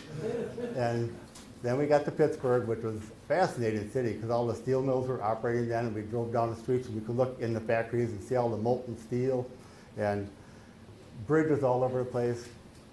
And then we picked up a load of, I think it was shingles in Upper Sandusky, Ohio, and took them back to Milwaukee someplace. And on the way back, we went on the same road again, the curvy road, and I pretended I was tired and I climbed up in the bunk and I prayed the whole time. Okay, next one. And about the same time, going west was really booming, and so they started to buy some. These are Max also, a newer model, and they're G73s, which means nothing to you. They have bigger engines, and these actually had air conditioning in them, and they were wider, so the bunks were wider, and that's good because there's 3 brothers that drove west, and they were all about 6'5", 6'6", and the little H65 was not very wide. Okay. Now this is another one of my favorite pictures. Notice the trees in the background? Those aren't oak trees. That picture was taken in sunny Southern California. And kind of hard to see, but under the trailer, under baked if you go down, there's tire chains hanging, which they needed to put on the drive tires to get over the mountains to get to sunny California. And I remember the driver talking about that snow plowing wasn't that good in those days, and sometimes they would go over Donner Pass or one of those passes pushing snow as high as the headlights. But because they had the chains on and they had weight on the drives, and those old trucks were geared lower, and the engine seemed to just lug better, and they just would keep going. Nowadays, the engines are so big, so powerful, they spin. You can't lug them. You can't, for these trucks, they were amazing. Okay, another one. Now, I don't know if any of you remember, in 1961, the Next week will be the anniversary again. This is one of my dad's trucks, like the previous picture we just saw. And the driver was on his way to Seattle. And he picked up the truck in Green Lake, picked up the trailer, and headed for Granite to pick up his partner. And just north of Berlin, something happened. He missed the corner and hit a tree. And the reefer unit, which was gas-powered, exploded. And the whole truck burned. And it was a slightly snowy day, but no big deal. Foggy day, but no big deal. And I remember we pestered my mom until she piled us in the car and took her and drove past it. I think everybody in this part of the country was driving past it because it's just bumper-to-bumper traffic. But there was never really determined what happened. The theory from the other drivers was that my uncle and my dad were there right after it happened, and the truck just went straight into the tree. There's no braking, no turning, just straight into the tree, and it was reported by deer hunters. It was deer hunting season, and the theory is this driver he went well over 100 trips to California in good health, and it's very unlikely that there was a health issue, and they're pretty sure a stray bullet must have hit him because he seemed to be incapacitated when he left the road. If he would have been trying to light a cigarette or do something, there would have been braking, there would have been turning, but he just went right into the tree. So we'll never know what happened. Okay. Now, in 1962, needed more room, so they built a shop on Douglas Street in Ripon. This is where the Ripon Town Hall or shop is now. Okay, next one.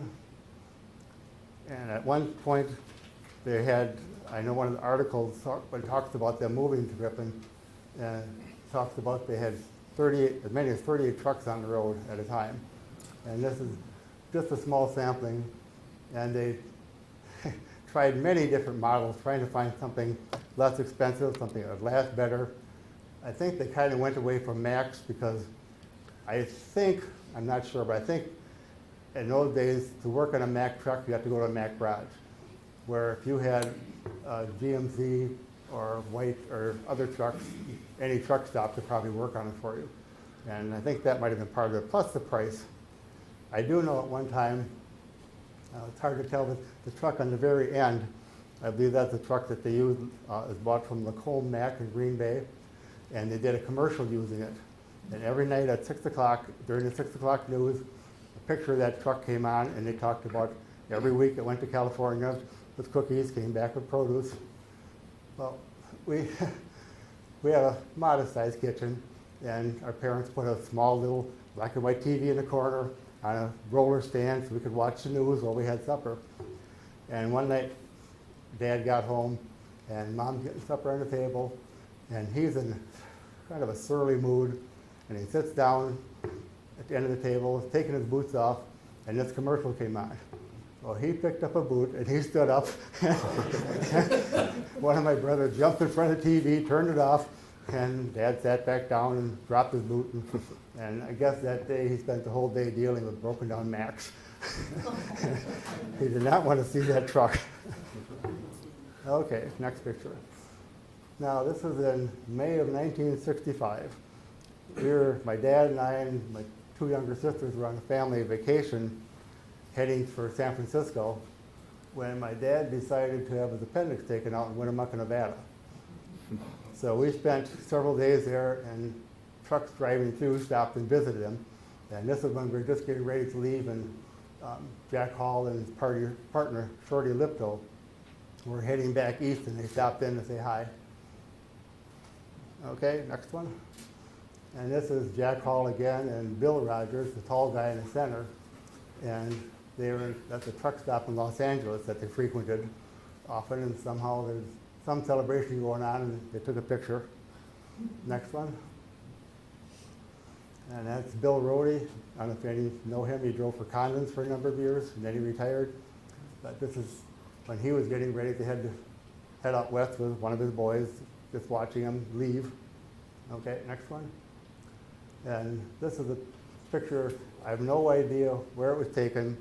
somebody gave it to me or sent it to me on Facebook. They found it on an old trucking site someplace. And it was taken obviously someplace out west. Next one. And this is one of the drivers, Kenny Rail, and he stopped at the top of Oak Creek, or not Oak, Wolf Creek Pass, which is in western Colorado. And I've been through there recently, and it's still wild. So I can't imagine what it was like back in those days. Okay, now that's the last known picture of a truck that hauled cookies to California. And I'm guessing it was around 75 or so they quit. And my understanding was that the amount they were paid hauling cookies out there, they pretty much broke even. So the produce coming back is where they made money. And it just got to be too expensive. Because it's a 4,000-mile trip out and back every week. And these trucks, basically, once a week, they went out there. So if you buy a new truck and drive it a year, that's 200,000 miles in 1 year on your brand new truck. And so it's got very expensive. Okay, oh, then before you go, Jack Hall, the driver that's in those couple of pictures, told me that he drove to California for many, many years. And he said the day that he had to clean out his truck was the saddest day of his life. He just loved it so much. Okay, this is my dad. The last picture we have of him with the two newest trucks they bought to put on the West Coast runs. But so, since they stopped, he took one and one of my brothers took one, and they worked for this other company to try to generate some more revenue. And actually, okay, next one. No, go back one. Oh, okay. Well, in 1979, there was some trouble with the IRS. I don't know exactly what happened, but they were forced to shut down and auction off all the equipment. And Yankee and Schultz was no more, and somebody else took over hauling the cookies. But I do know that once that happened, my dad was happier, because he really wanted to drive truck. He didn't want to mess around with the paperwork, registrations, all that stuff. And so he went back on the road, driving for somebody else. He was all over the country, much happier, much more relaxed. He retired, we think it was 8 times. And he'd be home. We had a big backyard. He loved to get in his riding lawnmower and mow the yard. And somebody would call up and say, well, this guy is going on vacation. You want to drive for a week? Well, sure, I'll do that. Well, he'd be gone for 2 or 3 weeks. Then he'd come back and back to the lawnmower. And, this guy's daughter's getting married. He kind of liked to have some time off. Oh, sure, he'd go back to, he kept going back to work and back to work. And my mom and I talked often about how, someday we're just going to get a phone call and we'll say, where is he? And she'd been dealing with this since 1941, 42, 43, whenever he went to the war, and always wondering, would he come home? Every time he went out the door, is he going to come home? And one night in September of 1985, we got a knock on the door, and here's our pastor and one of the policemen from Green Lake. And I almost said, okay, where is he? But I didn't. I waited, and they kind of shuffled around, and finally they said, well, he died of a heart attack in Ashtabula, Ohio, which is the other side of Cleveland. He's coming back from Buffalo. And he pulled into a truck stop and got some soup and was kind of sweating, and the waitress could see he wasn't feeling good. He didn't really eat much, and he left. And within a few minutes, somebody came in and said, the truck blocking the road. He had gotten the truck, put it in gear, and right across the road, which would have pleased him because he tied up the highway for several hours. And because he was in Ohio, and it was basically a DOT accident type thing, it took quite a while to get his body back. And so my brothers and sisters and I sat around with my mom, and we started looking at old pictures and putting collages together, just kind of messing around. And we decided, why not take them to the funeral? So I called up the funeral director and I said, we need some easels. We're going to bring pictures.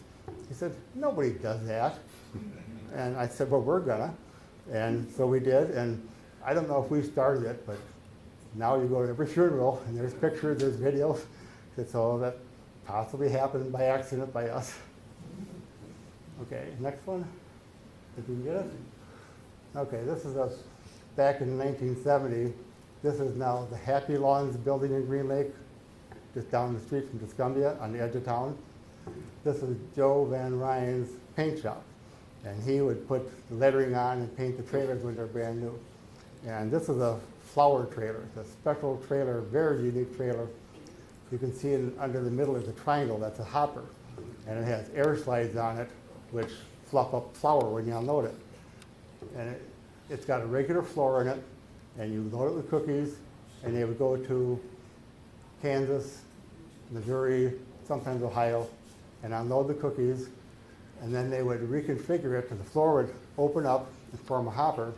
And there was a bag that slid out from the front and made this hopper. And they'd stop at Mount Olive, Illinois, which is outside of St. Louis, and fill it with flour, bring it back to the factory, and unload it. It had a giant vacuum cleaner that the trailer park didn't like, I'm sure. And they sucked it out. And when it was empty, it was my job for several years to pick up the trailer, take it back to the shop, clean it all up, reconfigure it, take it back up to the factory, and then I would punch in the warehouse and I'd load it. So I did that for a number of years. And anyway, this is trailer number F7, brand new, just lettering put on it. Next picture. And this is the same trailer in Tim's junkyard on Douglas Street.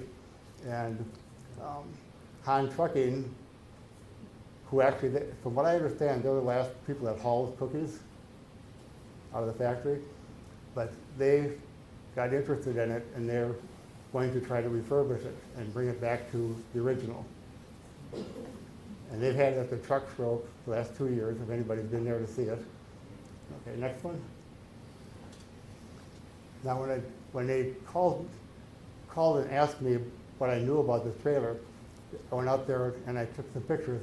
It's hard to read, but this manufacturer date is October 14th of 1970. The day I took this picture was October 14th, 2020. Exactly 50 years to the day that that plate was put on that trailer. Next one. And that's at Han's truck show where he's got one of his antique, or not antique, but older trucks that he's going to eventually use it with to take it to truck shows and stuff. Now that truck is way fancier than anything my dad ever had. It doesn't look quite right on there. My dad's trucks were for function. They weren't for looks. When we were little, and on Saturdays, my brothers and I would go to the shop and we'd wash trucks. And he said, don't even wash the back or the top. Nobody sees it. Just wash the sides and the front and do the windows and you're done. Okay, next one.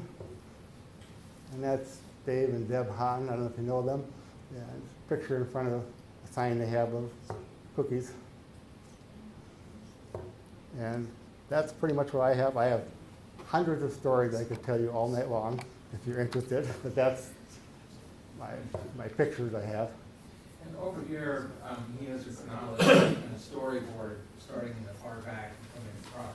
Beautiful pictures and also statements. I think right now we wanted to open this to some questions, and then we're going to hand out our trivia questions for you to take home. I want to tell you one quick story. Oh, sure. When we first moved to Lake Street, and the trucks were down at the end of Lake Street, we could kind of see trucks leaving from our, we stood out in the street.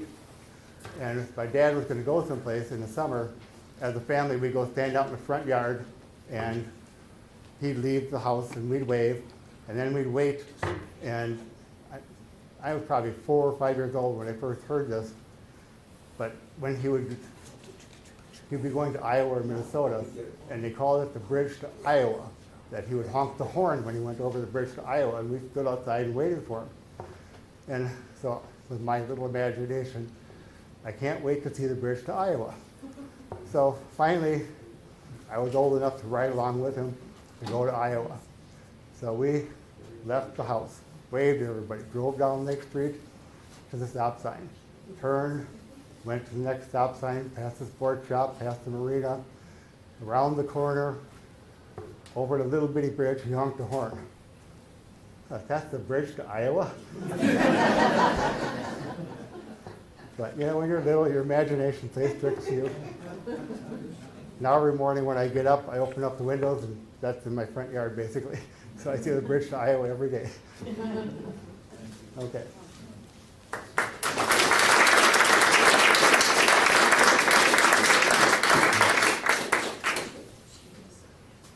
Any questions? Any questions? Anybody want to share a story? I have a question. Why couldn't you haul marshmallow cookies over the Rocky Mountains? Pressure?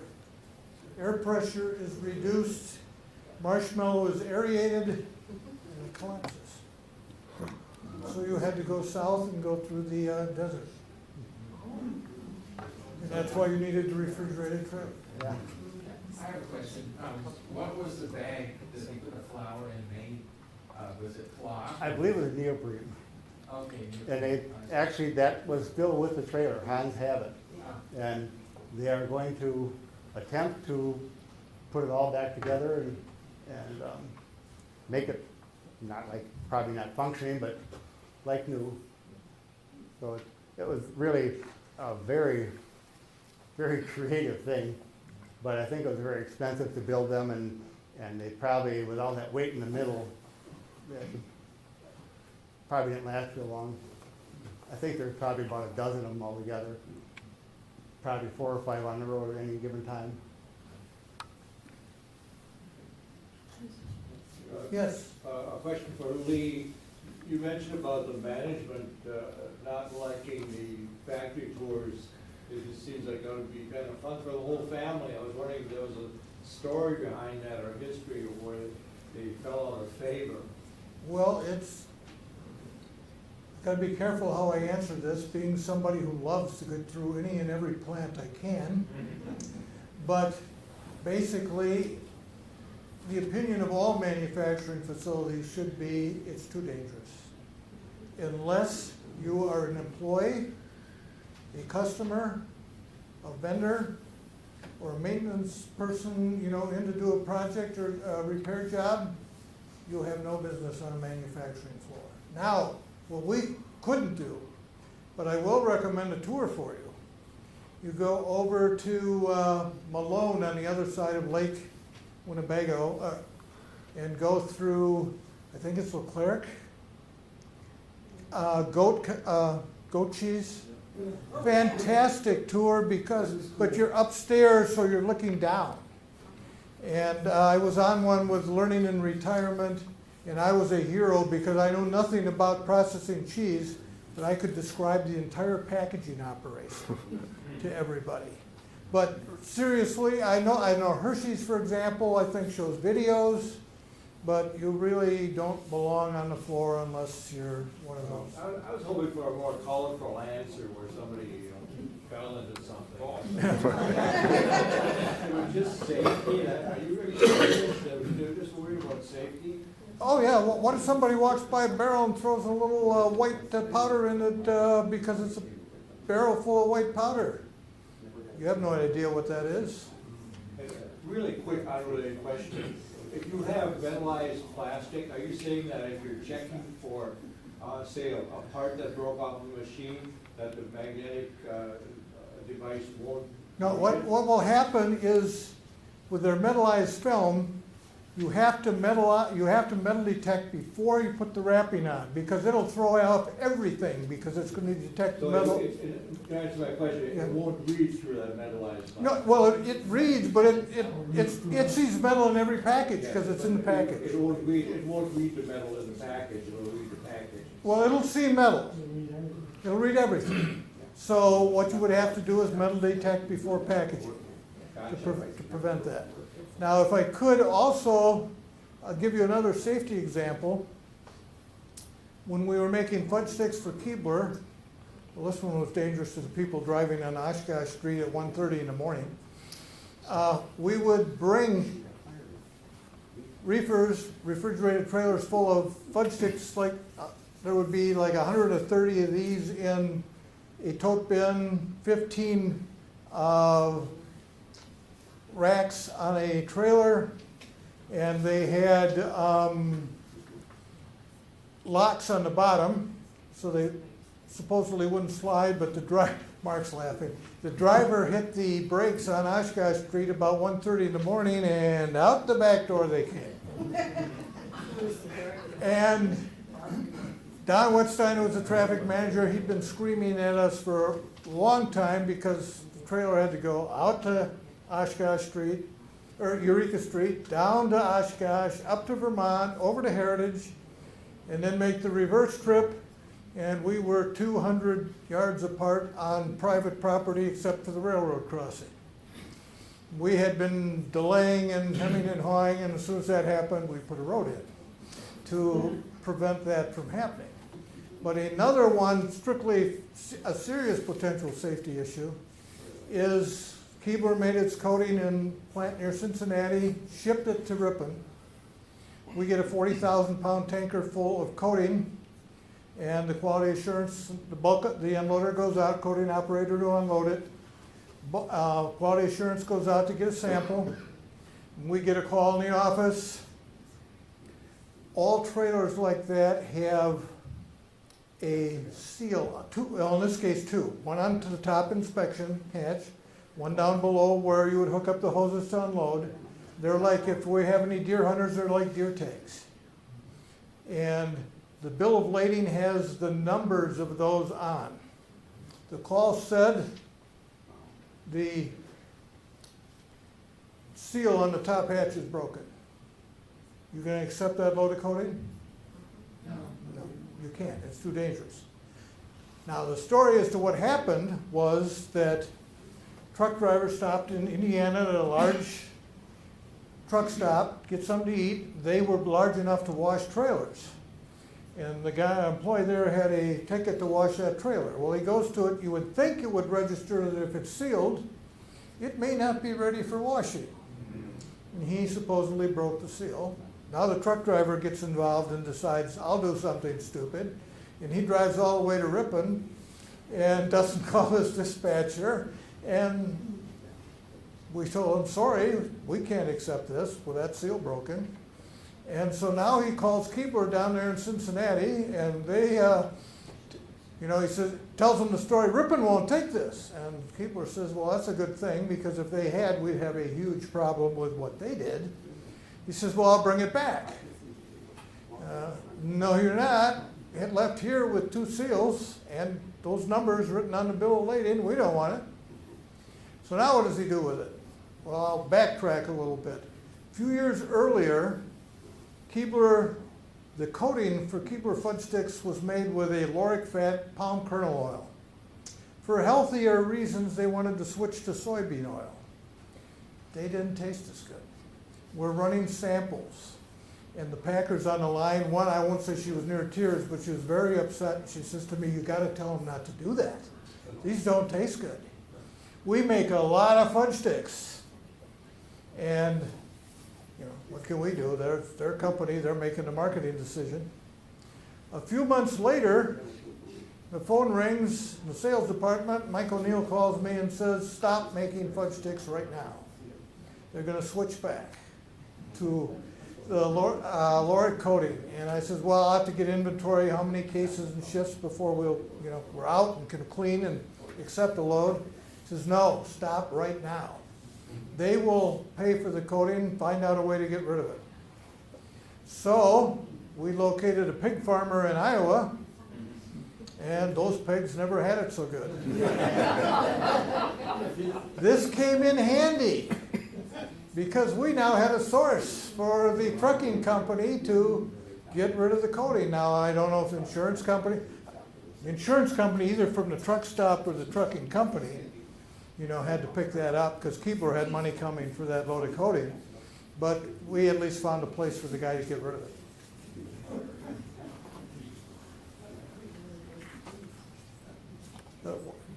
I just have a question for you. How big, total employment wise, was Ripon Foods compared to like the advertisers or? If you added Ripon and Heritage together, we were the second largest employer in the city, probably between 400 and 500, 300 and some at the Foods, 100 and some at Heritage. Now, take that, the largest, but take that back one step farther. The gentleman who used to be the plant manager at Alliance told me, and I knew him from the MBA program at Oshkosh, that around 2000, Alliance was down to 350 employees, which meant we were the largest.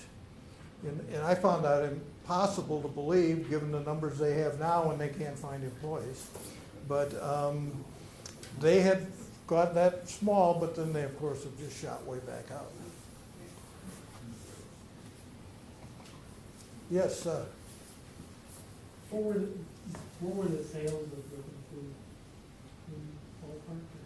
roughly ballpark, a good year was probably $50 million. Now, and we did not control our own distribution in later years. Went through Milwaukee Biscuit with the Ripon label mainly. But we also did a lot of private label stuff, contract manufacturing for Keebler and others. We made cookies for Gerber, right? Yes. They had a graduates line, which was for 2 to 4-year-olds. This was supposedly a banana cookie, which was basically just something to chew on because there wasn't any there was very little sugar in there. They weren't going to get on a sugar high. But we made that for Gerber's graduate line. Yes, sir. I'm still thinking about that 55-gallon drum of Skippy peanut butter. I can't imagine that. I can't imagine how you handle that. When you somebody going there with a big wooden spoon, or is that all you tip in and runs out? Or I just can't picture that. Well, since you can't get the peanut butter cookies anyway, and you said scoop it, I'll give you a great treat. You run your hand through some peanut butter, stick it in some powdered sugar. Fantastic, guaranteed.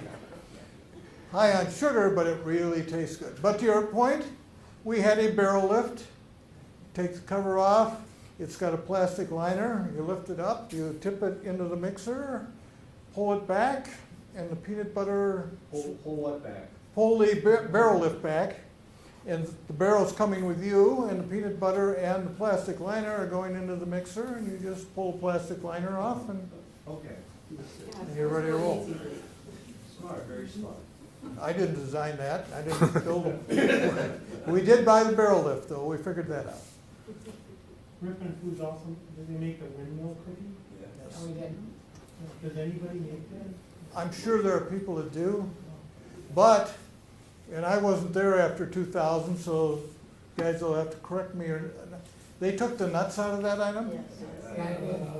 And the reason they did that was, Cost. well, cost is part of it, but that's part of your homework assignment. Peanuts are or nuts are one of the 8 allergens, and you can get cross-contamination. And if that happens, you could have worst case, you could have a death.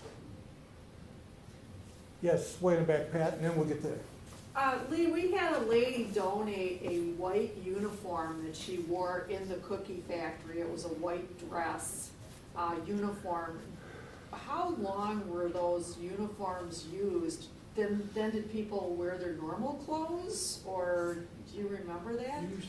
They had to buy their own uniforms, and white was mandatory. Now, that changed under Bremner, right? You had Like about what year did that change? 75. 75?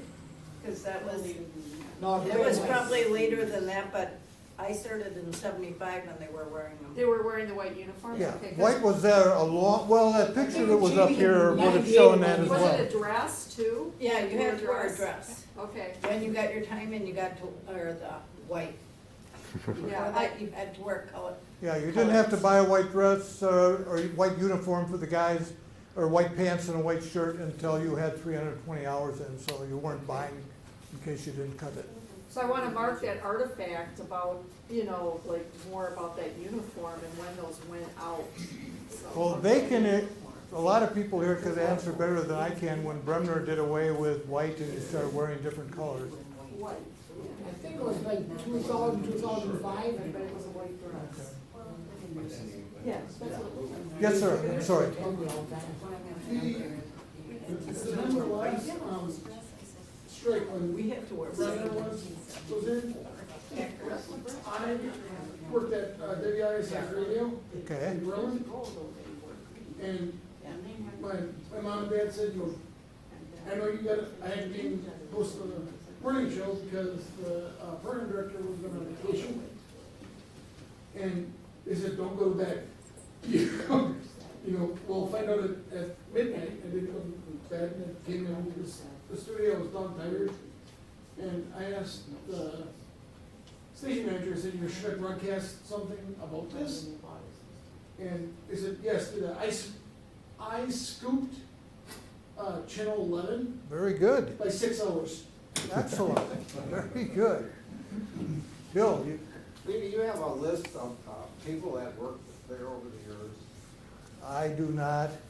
I doubt if there is one unless somewhere, someplace, and I know Pat's been in the basement. Did you grab all the Yeah, employment that's a good records, Pat? question. I want everybody here to know that the day before the cookie factory closed down, that the archivist Carol Socken and I were allowed into the basement of the cookie factory to take out what we thought should go to the Historical Society.